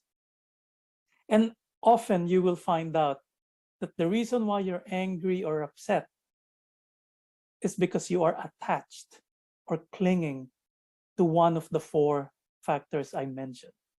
Now, the challenge is, how do you let go? So now this is a big topic, so I won't have much time to go into the details, but how do we let go of attachments or cravings? Number one, you have to remember that no craving will fully satisfy you. None. None. For example, medyo naghihirap ka, and then you kumita ka na ng konti, isipin mo, oh, pag ganito yung sweldo ko, happy na ako. No. Most of the time, no. You want more. You want more. O kunyari, you really love someone and you want to marry that someone, and then you feel that once I marry that someone, I'll be happy for the rest of my life. No. Probably you'll be happy for a few weeks or months if you're lucky. Yeah. In fact, there's this incredible story about John Rockefeller. He's one of America's earliest billionaires. And I think he was asked this question in the 1940s. So their family was big in the petroleum industry, I think, or shipping. And he was asked, how much more do you actually want in terms of money, or something like that? And his answer was something I will never forget. He said, just a little more. So be careful about cravings, because cravings will never satisfy you fully. Craving, I like this saying. I came up with this saying. I'm not sure if it really came from me or I've heard it, but somehow it came out of my mouth. But craving over promises, but under delivers all the time. Just remind yourself, yeah. And then the second way of letting go of attachments or craving is being aware that everything changes. So that's a whole new discussion, the concept of impermanence. Everything changes. For example, you again, going back to relationships, you think that you will be happy if you are just with this person for the rest of your life. Guess what happens? This person will change and you will change. Yep. So it's always in flux. So being aware of the concept of impermanence, everything changes, will make you realize the cravings and attachments we have are probably not worth all the importance we give them. Yeah. And then lastly, I don't have much time to focus on this, but this is a whole new topic, is learning mindfulness practice. So mindfulness practice is a psychological technique to learn how to be at peace with the moment. And remember, I'm not sure if you remember, one of my first points is suffering is when you are not at peace with the moment. So if you want to lessen your suffering, learning how to be mindful, which is being accepting of what's going on at the moment with peace, then our suffering will significantly lessen. So I'll finish there. I'm not sure if I will be able to attend your session live tomorrow because it's a little late in New Zealand, but thank you very much. Again, Tony Fernando from New Zealand. Thank you. Thank you very much, Dr. Tony Fernando. Thank you so much for a refreshing discussion on suffering, on attachment, on cravings, on dissatisfaction, and the changes in our life and mindfulness. Dr. Fernando clearly reminded us suffering happens when we are not at peace with the moment. So hopefully we find, calmness even in the middle of chaos or uncertainty. We will try to strive for that.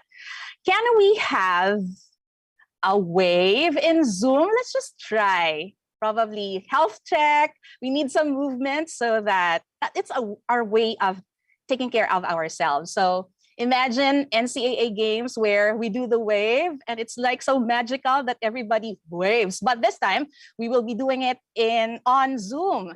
And I will be requesting you to share or raise your hand. But I'm going to count 1, 2, 3. 1, 2, 3. You will be clicking the raise hand found in the reactions here on Zoom. Are we ready? Okay, 539 people in Zoom.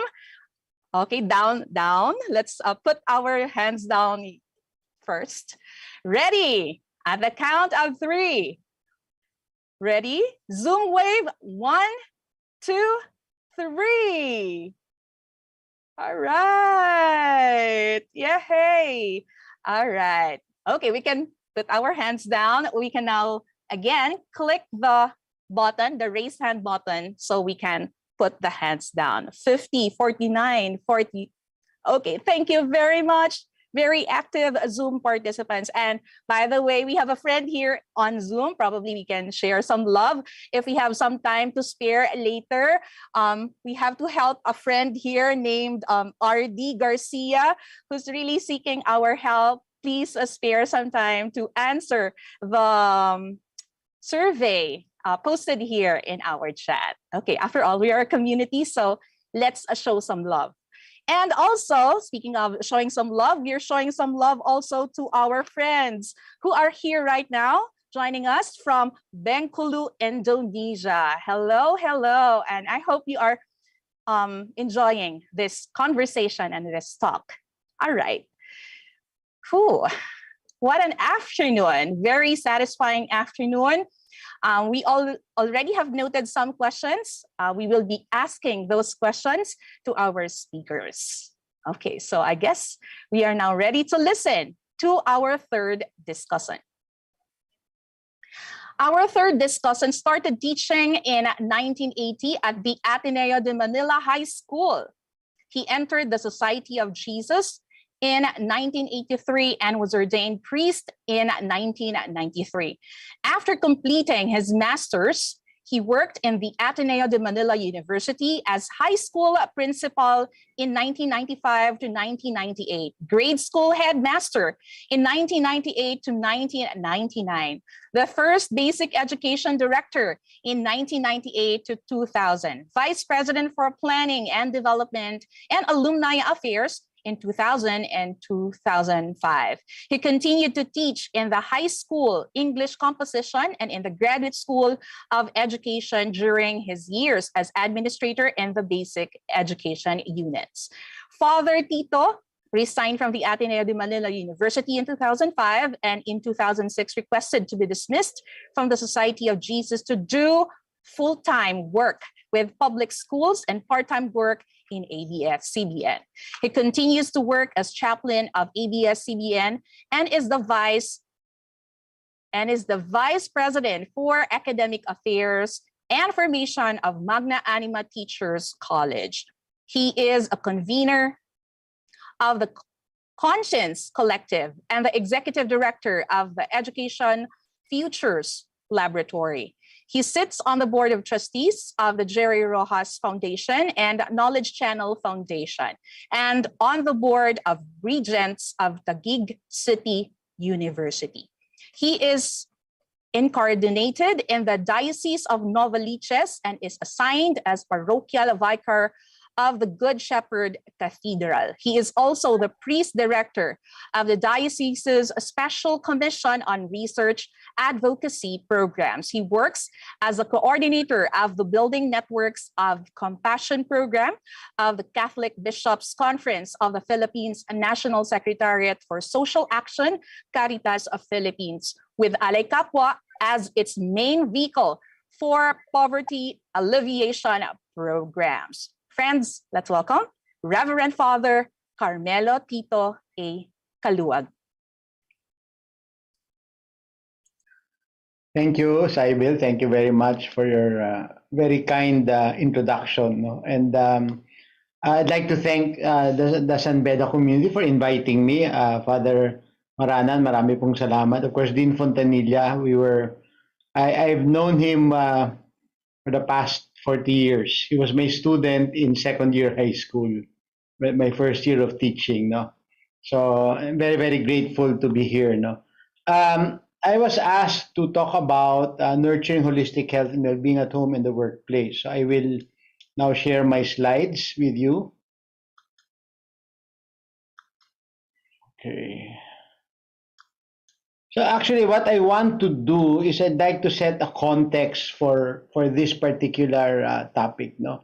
And of course, what I would like to do is to set the context of the pandemic actually. No? And I would like to look at it as the context of our reflections would be the blessings of the pandemic. Yes, blessings, but of course in quotation marks. No? I'd like to refer to two documents, and these are all from Pope Francis. And Father Aloy, I guess there are no accidents in God's plan. No? We all know that Pope Francis was inspired by the Venerable Bede to become a seminarian, no? Which led to his papacy. So I think I did not make a mistake. I was guided by the Spirit to talk about Pope Francis because he has very close connections with the Venerable Bede. No? This is, if you remember back in March 27, 2020, the first few weeks of the global lockdown, the Pope gave a very important and extraordinary benediction, the Urbi et Orbi. And in that particular moment, he delivered a reflection from the Gospel of Mark, using the Gospel of Mark.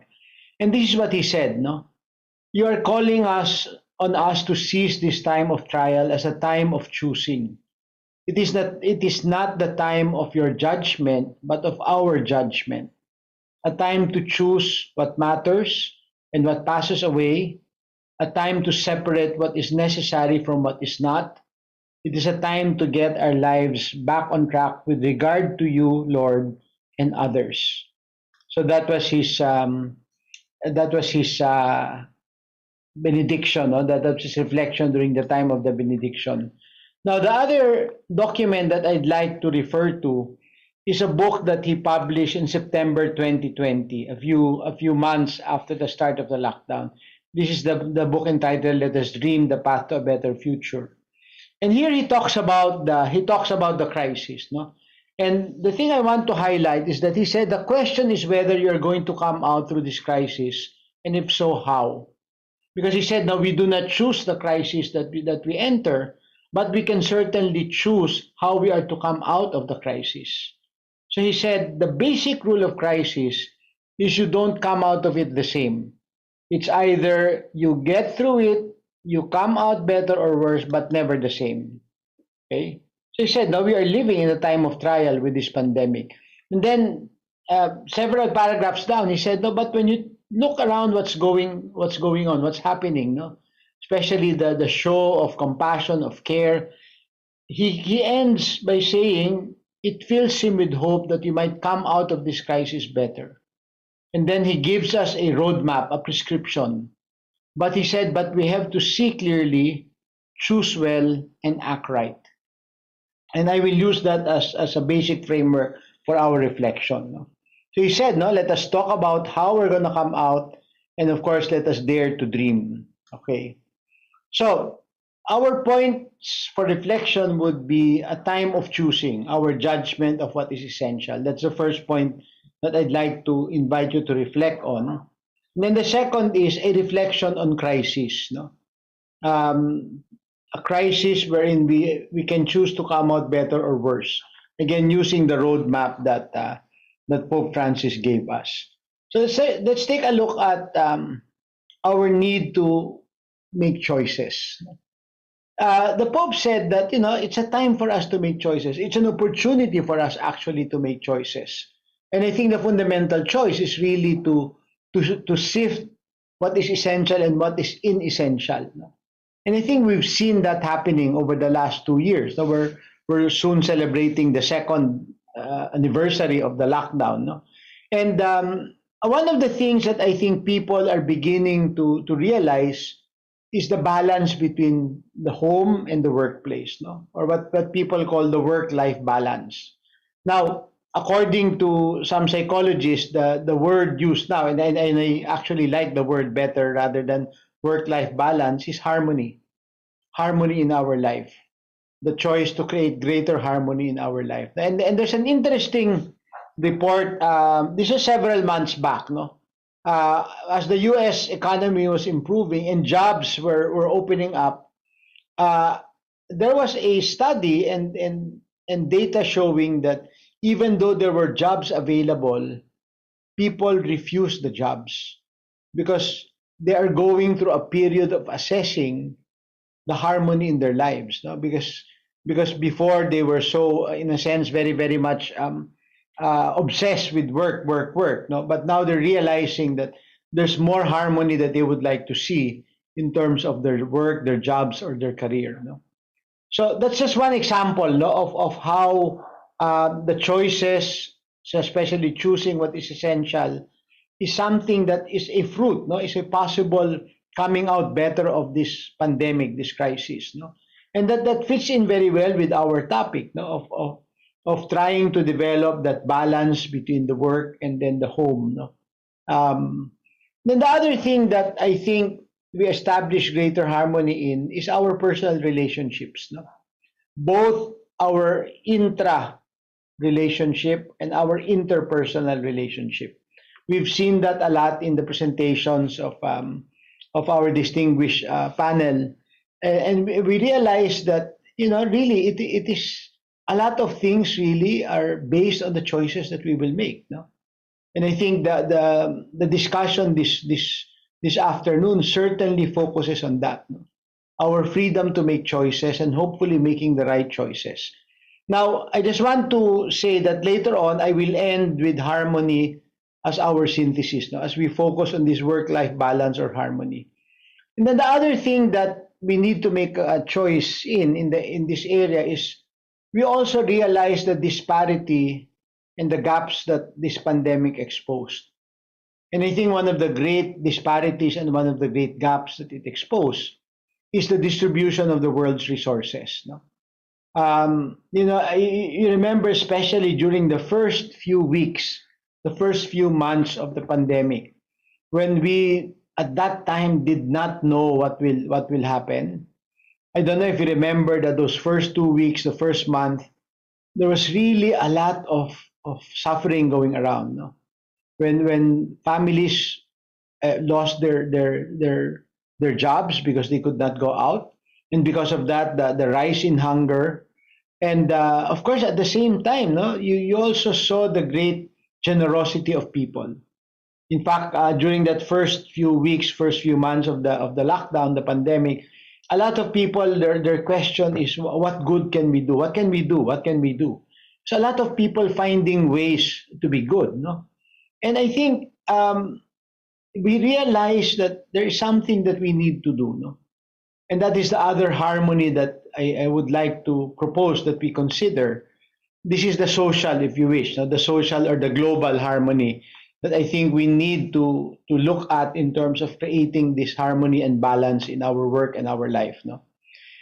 Then, of course, the other interesting thing, again, you go back to the first few weeks of the pandemic, the lockdown, when people could not move, no, all over the world. No, before there's this app that you can look at, and it shows you the planes traveling at any given point. I don't know if you've seen that app. Yung mga eroplano talaga makikita mo dun sa no, dun sa screen, dun sa app.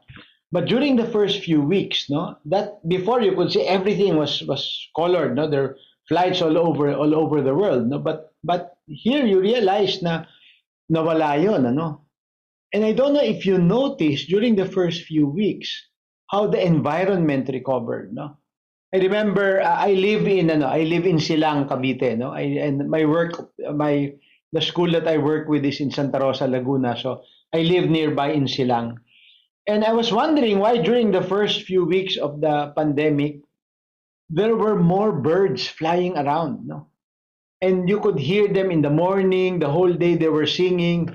And then I noticed that was even in a rural area like ours, it was extraordinary, no. And then just a few days after that, I saw a special in CNN how because of the drop in air pollution, because of the drop in noise pollution, apparently that is an effect. No, there are birds who sing more. So you realize this simple example. You realize that the environment can recover, and that is part of the harmony that we need to create. No, and then of course. Now, when you, as we begin to open up, one of the prime features of any public space that you go to is that it has natural ventilation. No?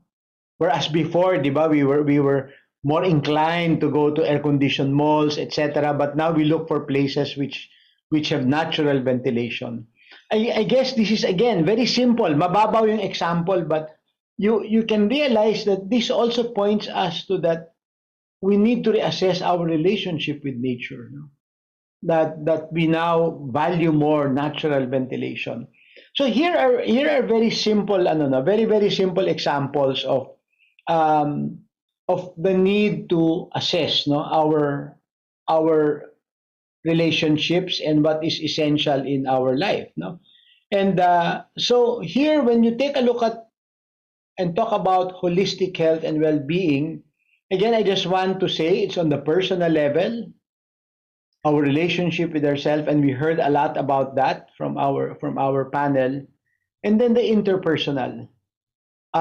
Here, I think in the interpersonal, although this becomes an entirely different topic by itself, the family dynamics also during this period of the lockdown is something that has somehow been highlighted, you know.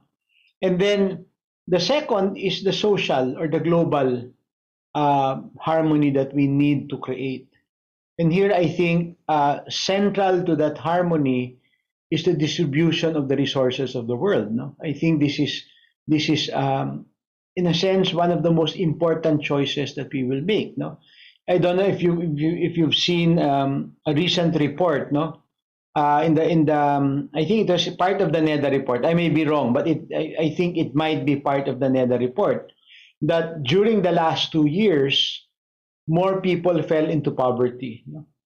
And you're talking about millions of people falling into poverty.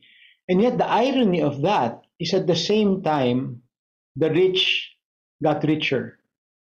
And then there are more members, well, more, but in a very small number, more members entering the very elite club of billionaires. So there, even in the time of pandemic, you realize the disparity and the gap between the distribution of the material resources of the world. And again, just the simple reality that if a family does not work for a few days, hunger becomes the situation.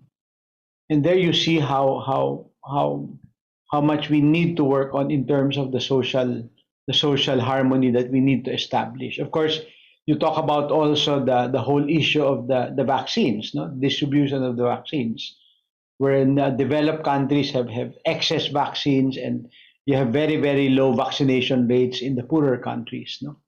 And of course, the final, as I said, is the harmony in creation, which I think is probably one of the most important things that we need to pay attention to in this coming new normal, as we're talking about. No?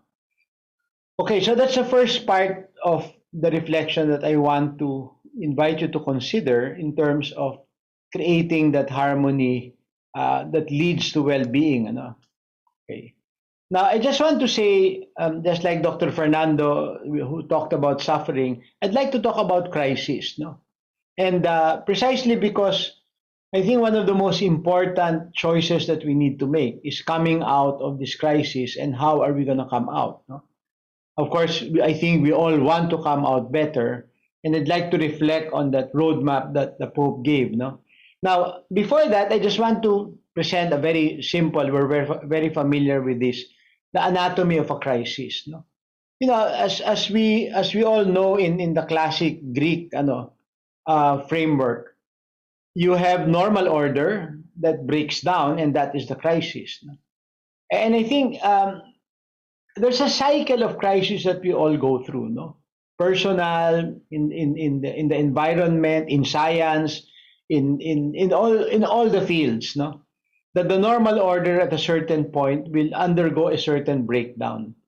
Hindi na sapat yung pag-cope niya with certain situations, and therefore there is a breakdown in the normal order, which is, as I said, a normal process, no? A normal, natural process.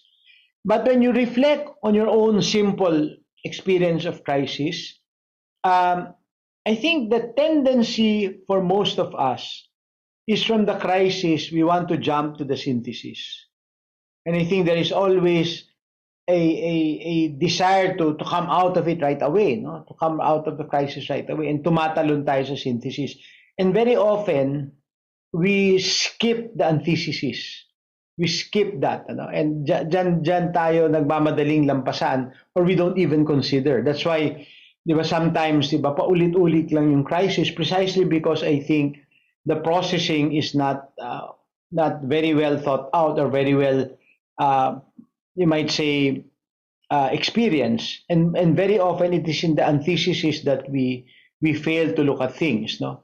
Because you do need to consider the alternative points of view, the alternative possibilities before we choose and create the synthesis that leads now to the new normal, or to the new order. Okay, so in order to come out of the crisis, we said that the first step is to see clearly. Okay, and I think here again, awareness is very important. And if you notice, a lot of the topics that we discussed earlier they do highlight the importance of awareness, no?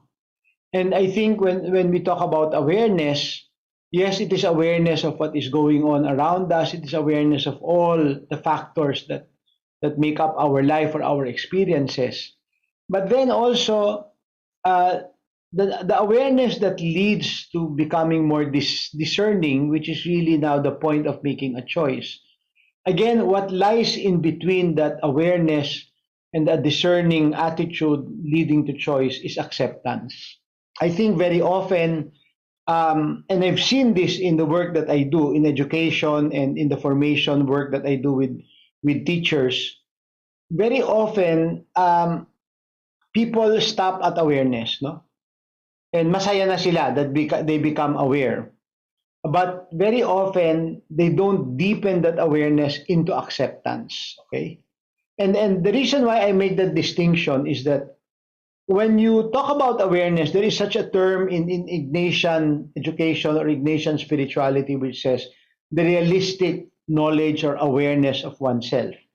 What does that realistic knowledge or awareness of oneself mean? It means we're aware of our talents, we're aware of our blessings, our abilities, but we're also aware of our shortcomings.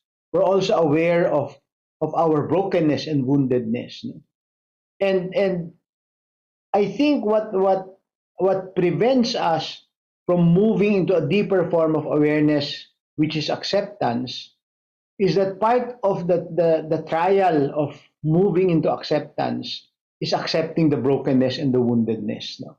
Madaling tanggapin yung positive, no? That's a very easy, relatively easier thing to accept. But once you accept the brokenness and the woundedness, it goes back to the traumas that caused those woundedness and brokenness in the first place. No? That's why I think this is a little challenge into accepting that part. No? Now, I think the two, the awareness and the acceptance, is what leads us now to a sense of freedom to make the choice. No, so that's what I think we will need to learn how to move into. No, hindi pwedeng huminto sa awareness and acceptance, but the whole point of discernment is to make a choice. No, and I think this is very, in a sense, this is very, very key to seeing clearly. This entire process of awareness, acceptance, and choice. Let me just add, I think, what is an important element in seeing clearly. And this is what I would call the crisis of truth. We've seen this. We've seen how social media and fake news have all somehow, in a sense, created this crisis. No? The other time, maybe around October, no, I was going to attend a meeting of the Novaliches clergy in one of the parishes. No? My home parish is the cathedral, no, in Fairview, and then I was going to attend a meeting in one of our churches in more nearer Lagro, no. So the driver of the cathedral drove me to the meeting, and nagkukwentuhan kami, no, while we were driving to the meeting. And he was telling me, this was October last year, he was telling me that many people in their community, he lives in Bagong Silangan, which is one of the biggest urban depressed communities in Metro Manila. He was telling me how people, his neighbors, did not want to get vaccinated. And you know what the reason is? Because they see in Facebook these videos wherein people who are vaccinated all of a sudden turn into zombies. And because of that, people refuse to get vaccinated because of what they see in Facebook. I think there is a very serious crisis of truth. And I just want to give more examples just to highlight the importance of coming to terms with this crisis. No, take for example our students. No, we all are. Most of us, I suppose, are educators. No, even before the pandemic, there was a big challenge for us educators to be able to compete with social media, to compete with the World Wide Web. No, because our students can access information. No. And therefore their ability to check everything information is just so much more than the time we were studying. No? But even then, the challenge was how do we teach them to become more discerning or more critical in terms of what they see online? No, I think that is the challenge. No, and then and now enter the pandemic, you have a greater challenge because there's no face-to-face encounter, and therefore what happens now is that they rely more on online sources. No, so here you see how the crisis of truth even impacts education. No?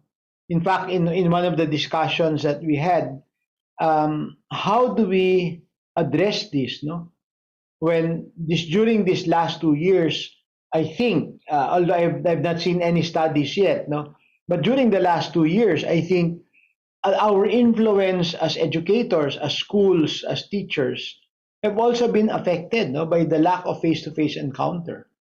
Affected, it was already affected in the past because of social media, but more so now, no, when we have less contact with our students. No, I think that's part of the challenge of the crisis of truth. No? Okay, so the next is to choose well. That's a second stage. After seeing clearly, to choose well. Of course, there is the assumption now that the choice will be made according to a well-informed process of awareness acceptance. No? So we now come to the point of choosing. Okay. Now, for choosing well, I'd like to use two frameworks. One is Father Hans Kung, probably one of the greatest theologians of the 20th century. And then the other one is Reverend Michael Main. Reverend Michael Main is an Anglican pastor. No, I'd like to refer to two of their works. No, Father Hans Kung said that for a person to live a full human life, you have to give him three elements. You have to give him something to live on, and this is part of what we do. No, we educate them, we form them, so that they can have a good career, they can have jobs, so they have something to live on.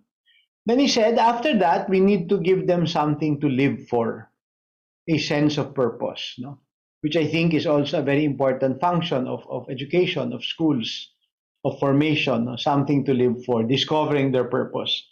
But I think a deeper sense of purpose is something to die for, no? A sense of mission, a sense of almost like a life mission that they are willing to offer and to sacrifice everything in their lives in order to attain or to fulfill that mission. No? And then Reverend Michael Main, in his book entitled The Enduring Melody, he talks about the harmony of our life, no? The cantus firmus. He calls it the cantus firmus, which means the enduring melody. Of course, he cites this in the Gregorian chant, no? That is where he gets that idea of the cantus firmus. No? So Michael Main said that in order to attain that harmony of our life, no, and this then now we talk about holistic health and well-being in the home and the workplace, we need to create the harmony between the two, and not in a dichotomized way, no, because the home and the workplace need not be in opposition, no.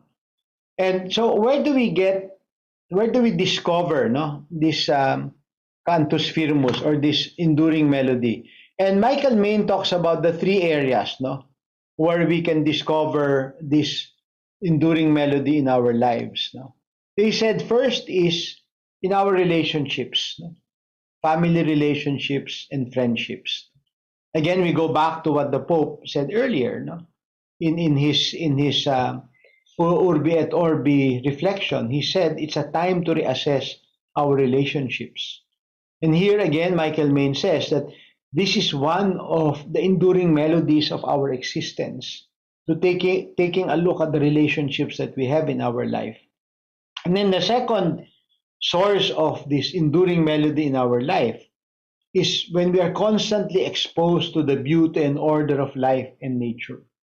He said there is an inherent beauty and order in life. And when we are exposed to that, then that becomes one of our enduring melodies, no? That allows us to become whole, no, and to attain that harmony in our life. And then he said, the next and the third and final source of that cantus firmus is an experience of the transcendent spirituality. No, as Dr. Banaag said, no, spirituality is a very important part of our well-being. No, so here you see, I think, what are three areas that again are important in terms of our overall well-being, our harmony. I think if we are able to nurture and to take care of these areas, then we can be sure that we will attain that sense of harmony. You know? And then the last point in the roadmap that the Pope gave was to act right, no? Living out our choices. No? And I think when you think about it, it is in the choices that we make and then the action that we take wherein we actually gain that wholeness and that well-being. Kasi madaling mag-isip, madaling mag-reflect, di ba? Those are important, yes, but I think what synthesizes all of these things is our living them out, no? We choose and we act on our choice. I think this is the thing that will be able to bring us together, to put things together, no? So let me end by sort of talking about some sort of an epilogue, no? One of my favorite authors is a Quaker, actually, an educator and a Quaker. His name is Parker Palmer. I'm sure some of you have come across some of his writings and his books. Parker Palmer has a very small book, a short book entitled "Let Your Life Speak." No, and one of the intriguing questions he poses in that book is said, at a certain point in our journey, we will ask ourselves, is the life that I am living the same life that wants to live in me?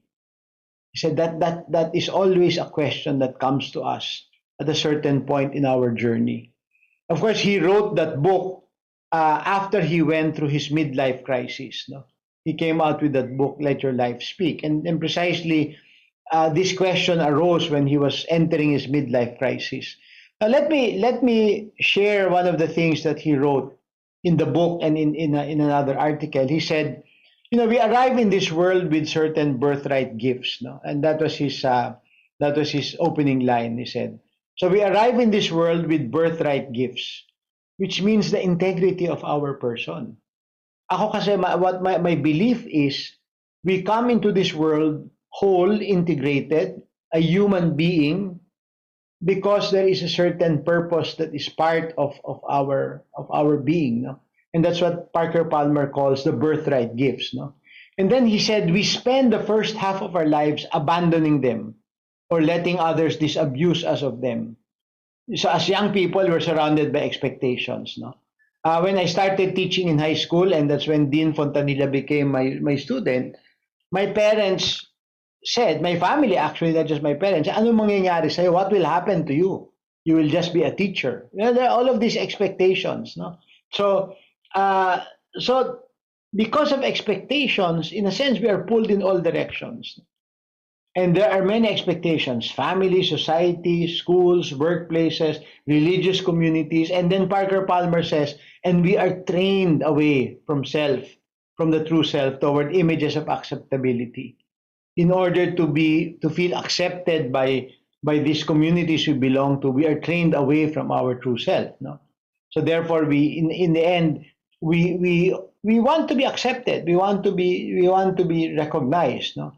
But you know, little do we know that we are really moving away from our authentic selves. Okay. Then he said we are disabused of the original giftedness, no? In that first half of our lives. Then when we are awake, aware, and able to admit our loss, we spend the second half trying to recover and reclaim the gift we once possessed. So this is where that question comes, you know. Is the life that I am living the life that wants to live in me? So I just want to end by sharing this image. No?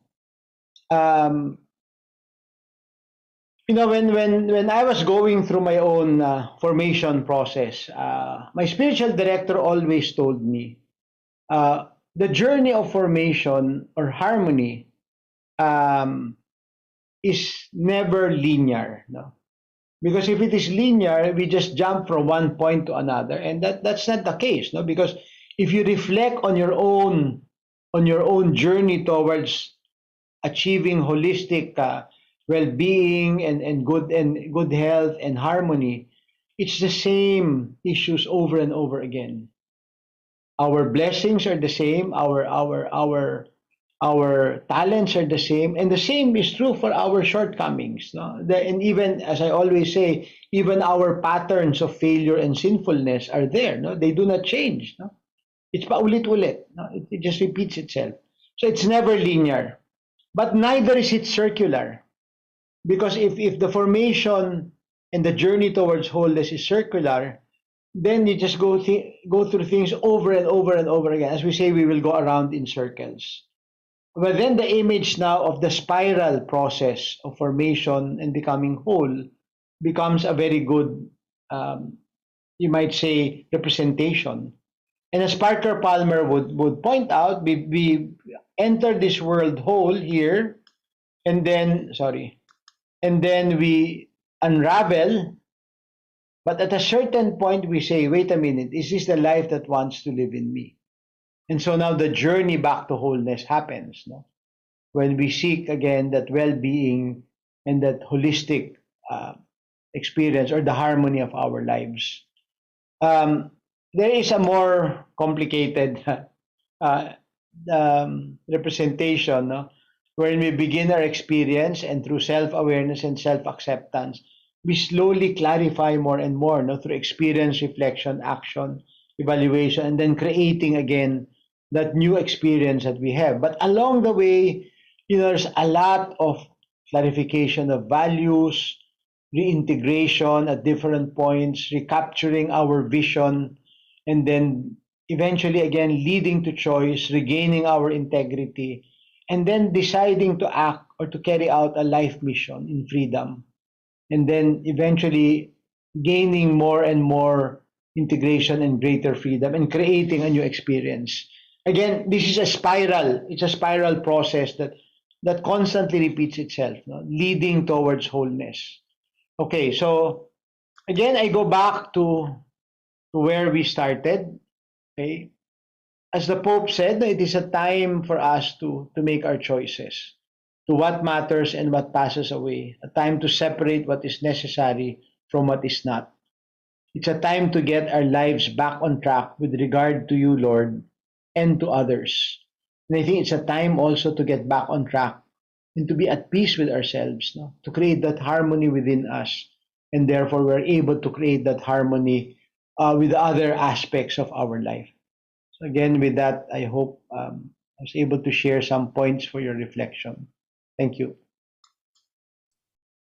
Thank you very much. A round of applause for Father Tito. We feel so full with everything that you have shared, Father Tito. Thank you very much for that rich and inspiring talk.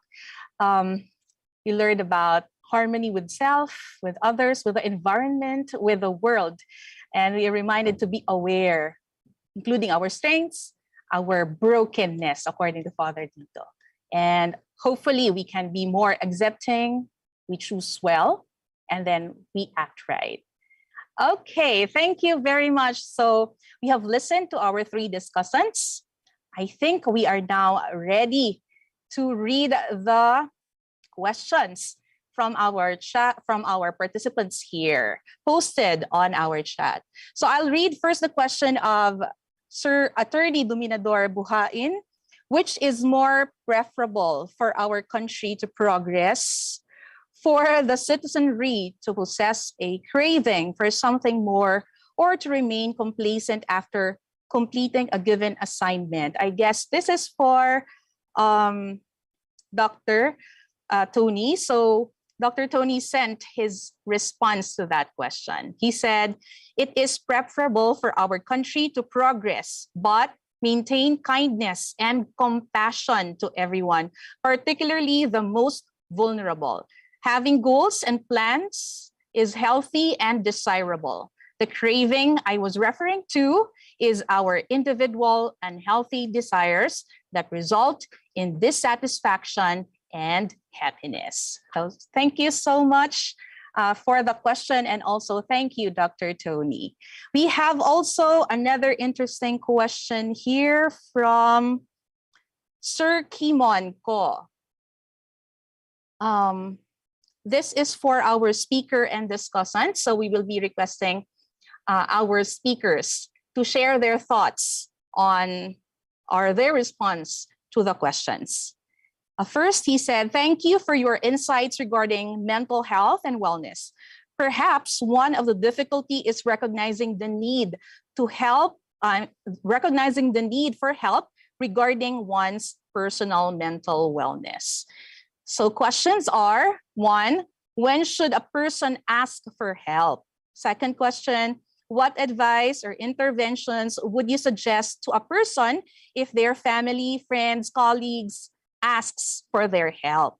How should we deal with this? And third question, as academicians and leaders, how do you encourage the culture of openness in line with health and well-being? Thank you for your questions, Sir Kino. Can we listen to the thoughts of our speakers?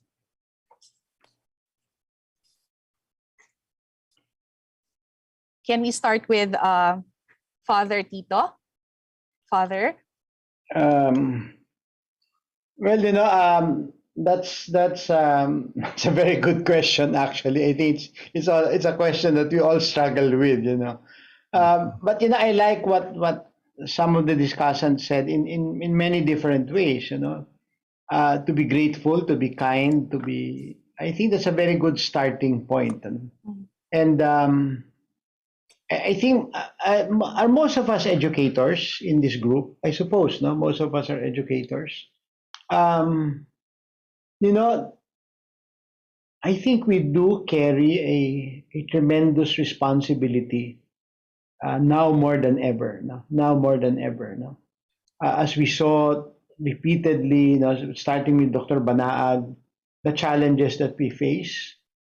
I think we need to rethink our own I won't say core values, but how to express our mission. We need to rethink our living out of our mission as educators, because the world is very different now. And the last 2 years have even heightened the crisis of realizing how different the world is now. I remember when I became principal 20 years ago, I remember they were wiring my office for email 20 years ago. 1995, almost 30 years ago. They were wiring my office for email. And at that time, we thought that was the most high-tech thing that we can get into. But fast forward 5-10 years later, the thing has just really grown dramatically, and really the only way I can answer and respond to that is that we need to rethink and to make choices. I think again, I don't want to give a sure answer. All I'm saying is that we need to grapple with the challenges and with the difficulties. Our profession is a caring profession. It's a nurturing profession, and therefore the challenges are big in that area. Just learning to address our main group that we are serving, or the youth, but also I think, and this has also brought out in the discussions, how do we take care also of our own mental health, of our own well-being? Mahirap, no? And I think more knowledge of the dynamics of psychology and mental health care, etc. And also, I think spirituality. I'm not saying religion, but spirituality, and I think that's very, very important, Thank you very much, Father Tito. Now we would like to listen to the answer or thoughts from Dr. Blisel Mantaring. Doc? I think the key answer here is just to talk. that will be the best way to help anybody who is in need. For our students, when should a person ask for help? Usually when they feel stressed out, like they can't do their work already, they can't do their schoolwork, they cannot sleep, poor eating habits, and sometimes thoughts of hurting yourself. That can be already signs that a person really needs help.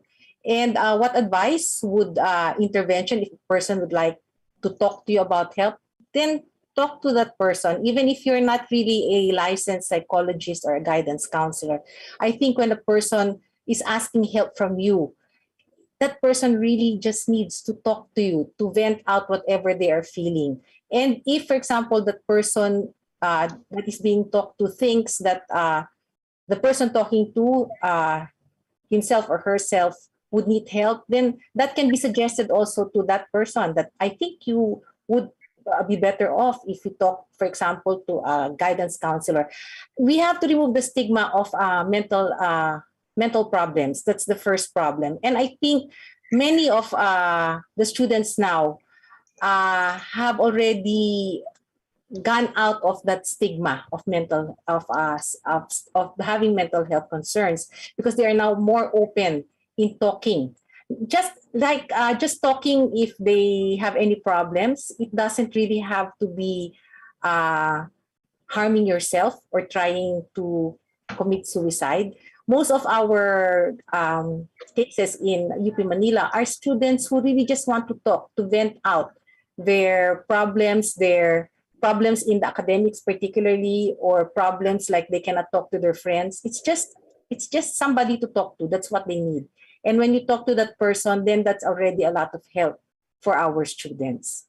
And as academician, how do you encourage the culture of openness in line with health and well-being? What struck me with our students is the camaraderie that they have with their own classmates. It's the checking up of the classmates with the mental well-being of their class that really helps a lot. And if they, for example, there is any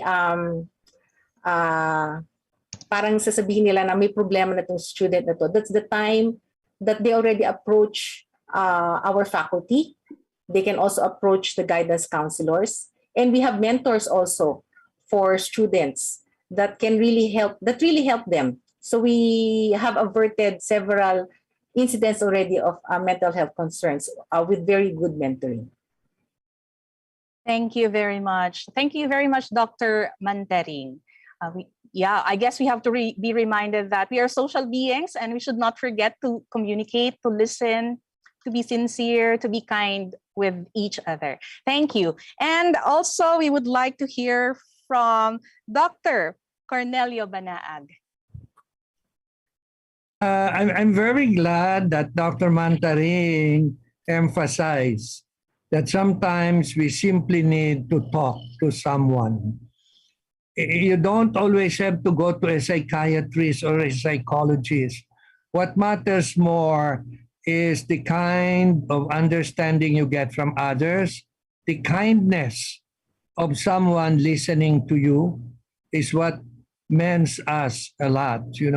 In many of my lectures, I usually end up, because I was afraid I will run out of time, I did not get to this last point in many of my lectures. I always use the metaphor of kintsugi. Kintsugi is an ancient Japanese art. We know that the Japanese produce beautiful potteries, but we don't know that the artisans do not throw away the broken pieces.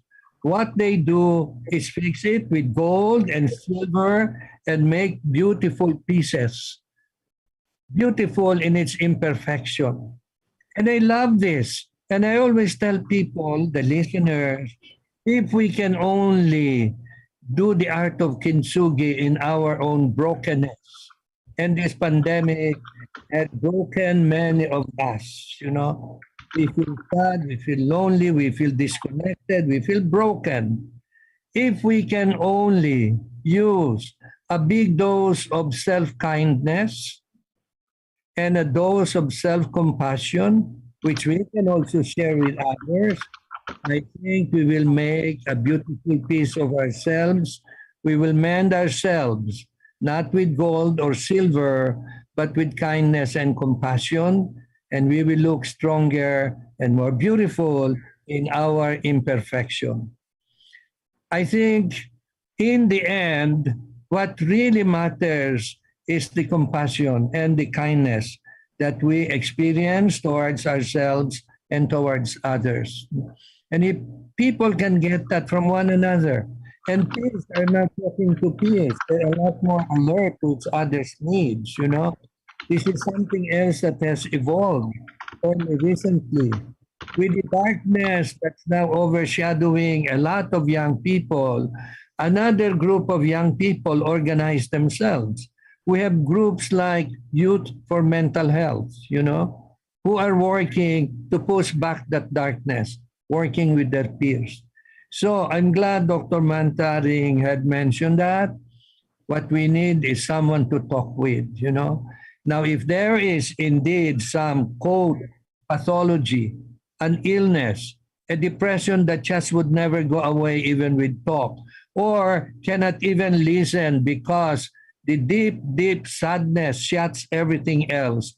And the only choice that the person sees is self-destruction, self-hurting, suicide. I think we need someone, an expert, like a psychiatrist, because it's not just a problem of the mind, but also a problem of the brain. And that's when sometimes, not only sometimes, medications become very necessary. But many, many things can be done on different levels, you know, among peers. I think our young people listen a lot to peer counseling now. Right. Thank you very much. Thank you very much. We're learning a lot, Dr. Banaag. Thank you for your answers. Thank you for your thoughts. Are there more questions here on our chat while waiting for some members of the... Okay, all right. Okay, I guess I'd like to ask a question. I'm curious to know the thoughts of our speakers because during the pandemic, we started seeing some announcements of schools about mental health break. I'd like to know what your thoughts about it. Do you really think, or do you see it as going to be normal in the long run that we have a mental health break in our calendar? Yes, Dr. Banaag? Well, maybe an educator in high school, grade schools, or even college would find a better answer. If you ask me, I think we all need breaks from the stresses that we encounter, you know. And I think the students are particularly stressed under these conditions of the pandemic. I thought they would love the online, but they don't. They find it just not the conducive way to learn. And so every day that they do their work online is not a pleasant day. And so they need break. Maybe more than ever, we need to give them breaks. They need that. So many parents worry, magbe-break nga. Tapos, ala namang gagawin yung batang yan. Maglalaro lang. We'll just go do the games. Well, maybe we can guide them. Maybe we can provide some other activities. Maybe in this time of pandemic, you know, we can arrange meeting with their friends, you know, in our home. They can chat, you know, and maybe solve their problems together. But I am for break, mental health break. All right. Thank you very much, Dr. Banaag. Ma'am, Dr. Mantaring? I think we need all a break, not only the students, but also the faculty and the staff. Yeah, because online teaching is not, I would prefer face-to-face than online teaching. So we have a reading break. We don't call it a health break. We have a reading break twice per sem. That's 1 week, so at least 2 weeks of reading break. So 4 weeks for the entire academic year. And the students really are looking forward to those breaks because even when they're doing online class, when they're at home, actually it's double yung ginagawa nila eh. They not only study, but they also have chores in the house. And it's very hard for them to separate the two.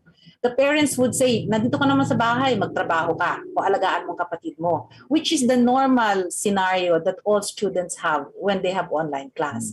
So a break from academics will really be very helpful. Yes, definitely. Yes, Father Tito?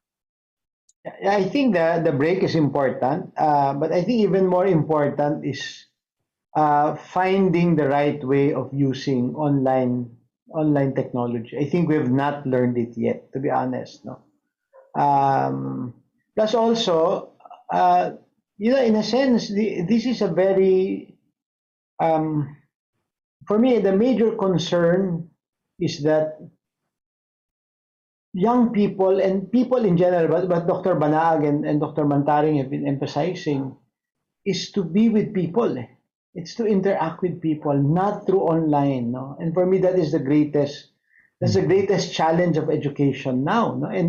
And this is the stage where in this grade school, high school, and even college students need to interact with people. As Dr. Banaag said, even before the pandemic, you see all of them together in one table but looking at their phones.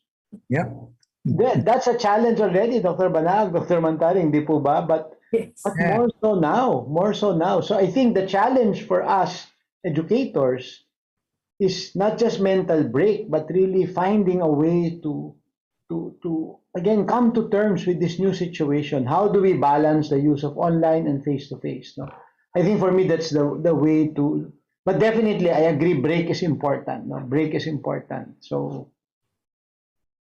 Okay, balance is the buzzword right now.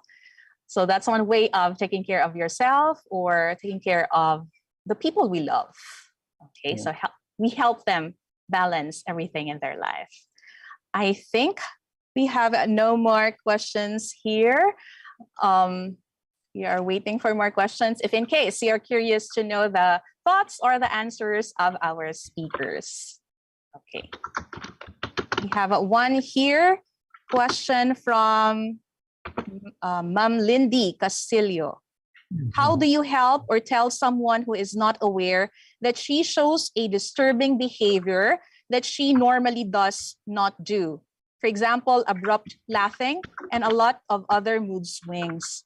Is there a need for them to seek professional help already? That's our question. Yes, Dr. Banaag. Yeah, I think those, especially if these are sudden changes in their behavior. Kung this is a typical behavior, very early on, they are told, uy, nakakakuwang ka naman, nakaka-istorbo ka naman, you know. They will be given feedback at home, in school, you know. But if this is a sudden change in behavior, it indicates something more serious, that it may be a signal that this young person is in need of help. Young people generally don't say, I need help. They say it to their behavior, especially the grade schoolers. They don't say, I need help. They say it through their behavior. So we have to be very attuned, very observant of the changes in the behavior of young people, whether it's in school or at home.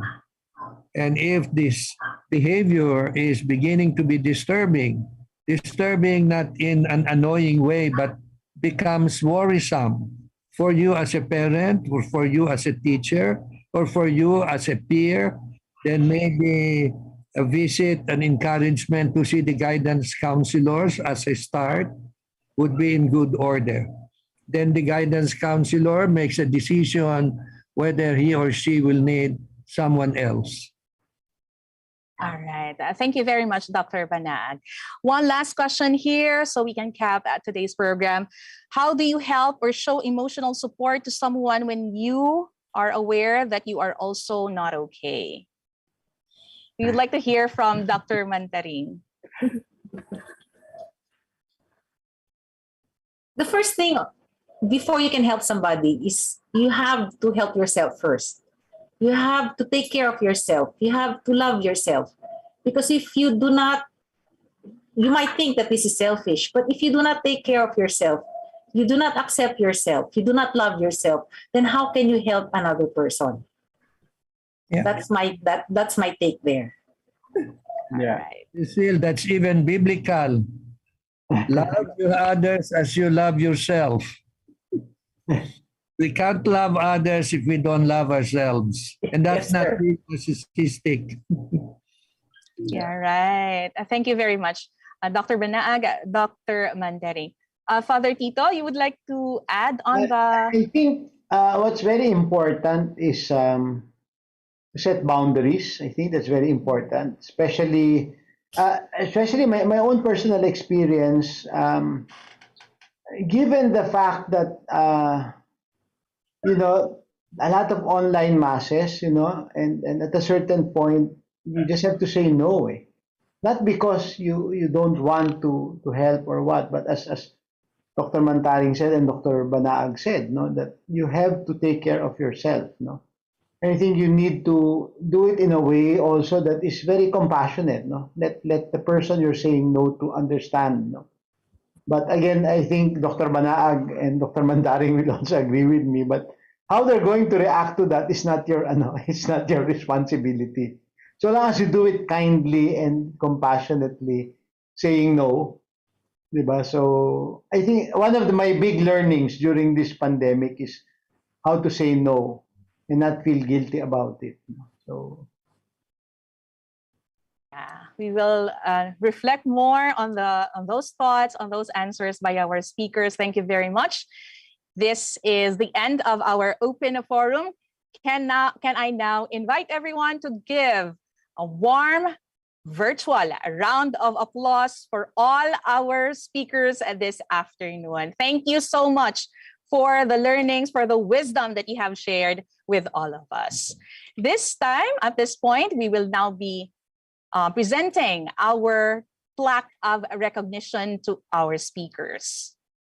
The text reads, San Beda University Office of the Rector President presents this plaque of recognition to Dr. Cornelio G. Banaag Jr., Professor Emeritus, Child Adolescent Psychiatry, University of the Philippines, PGH, for sharing his valuable and renowned expertise as resource speaker on the theme, Nurturing Holistic Health and Well-Being at Home and in the Workplace during the 4th Senator Edgardo J. Angara Memorial Public Lecture Series on Public Policy, given this 11th day of February 2022 at San Beda University, Manila, Philippines. Signed, Very Reverend Father Aloysius Maria A. Maranan, OSB, University Rector President. The same plaque of recognition is awarded to our discussant, Dr. Blicil Suset S. Mantaring, Director, Office of Student Affairs, University of the Philippines, Manila, the Health Sciences Center. This same plaque of recognition is awarded to our discussant, Dr. Antonio Fernando III, former Senior Lecturer, University of Auckland, Psychiatry Sleep Specialist. The same plaque of recognition is awarded to our discussant, Reverend Father Carmelo A. Kaluwag, Vice President for Academic Affairs and Formation, Magna Anima Teachers College. At this point, we would like to request our dear Reverend Father Aloysius Maria Maranan, OSB, and Mrs. Gloria Manalang Angara to join our virtual picture taking, together with all our speakers. So all you guys will be set on spotlight. So we can, okay. So we can have a picture for posterity.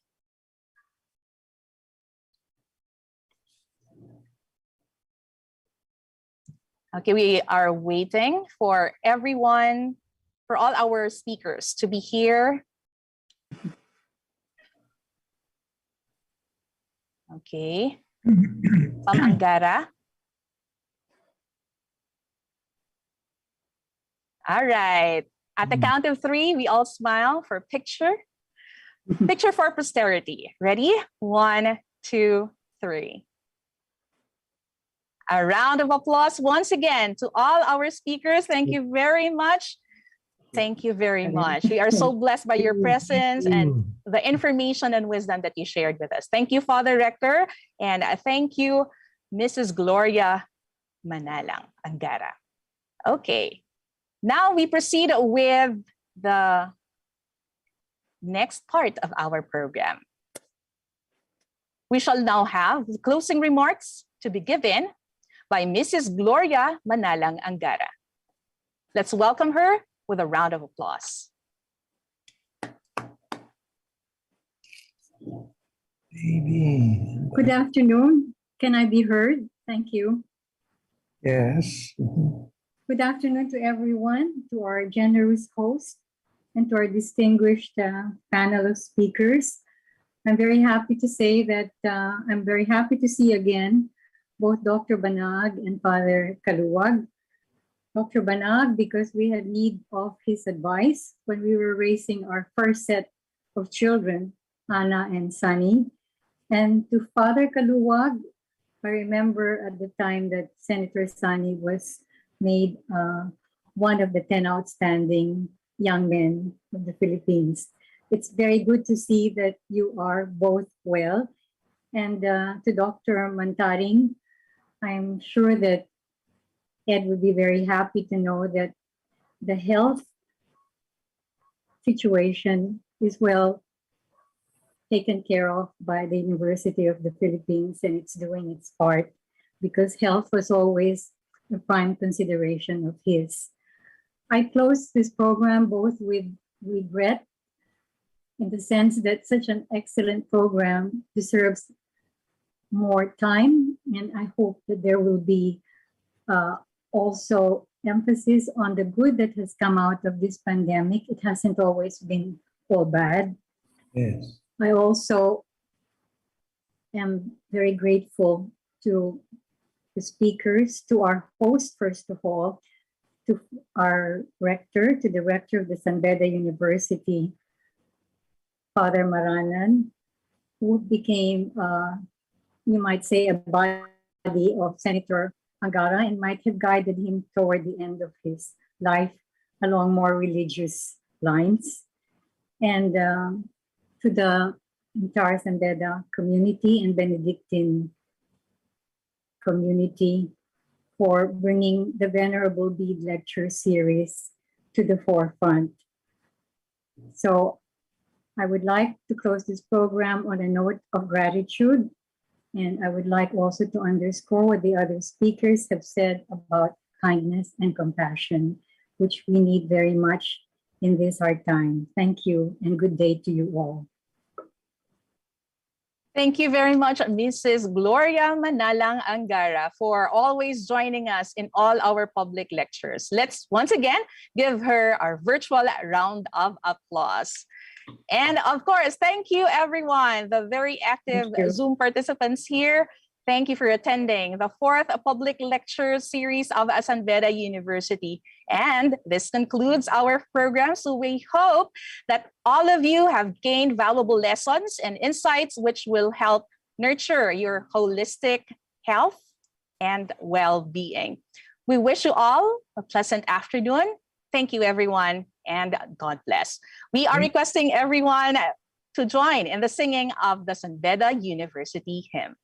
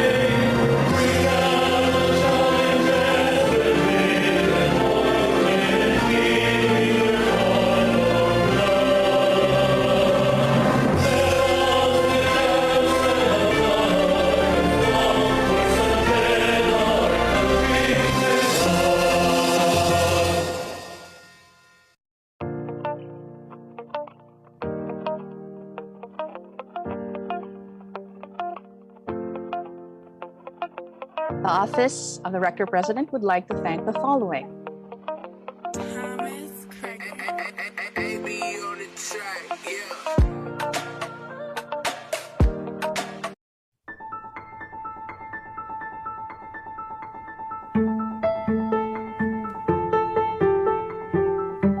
Recording stopped.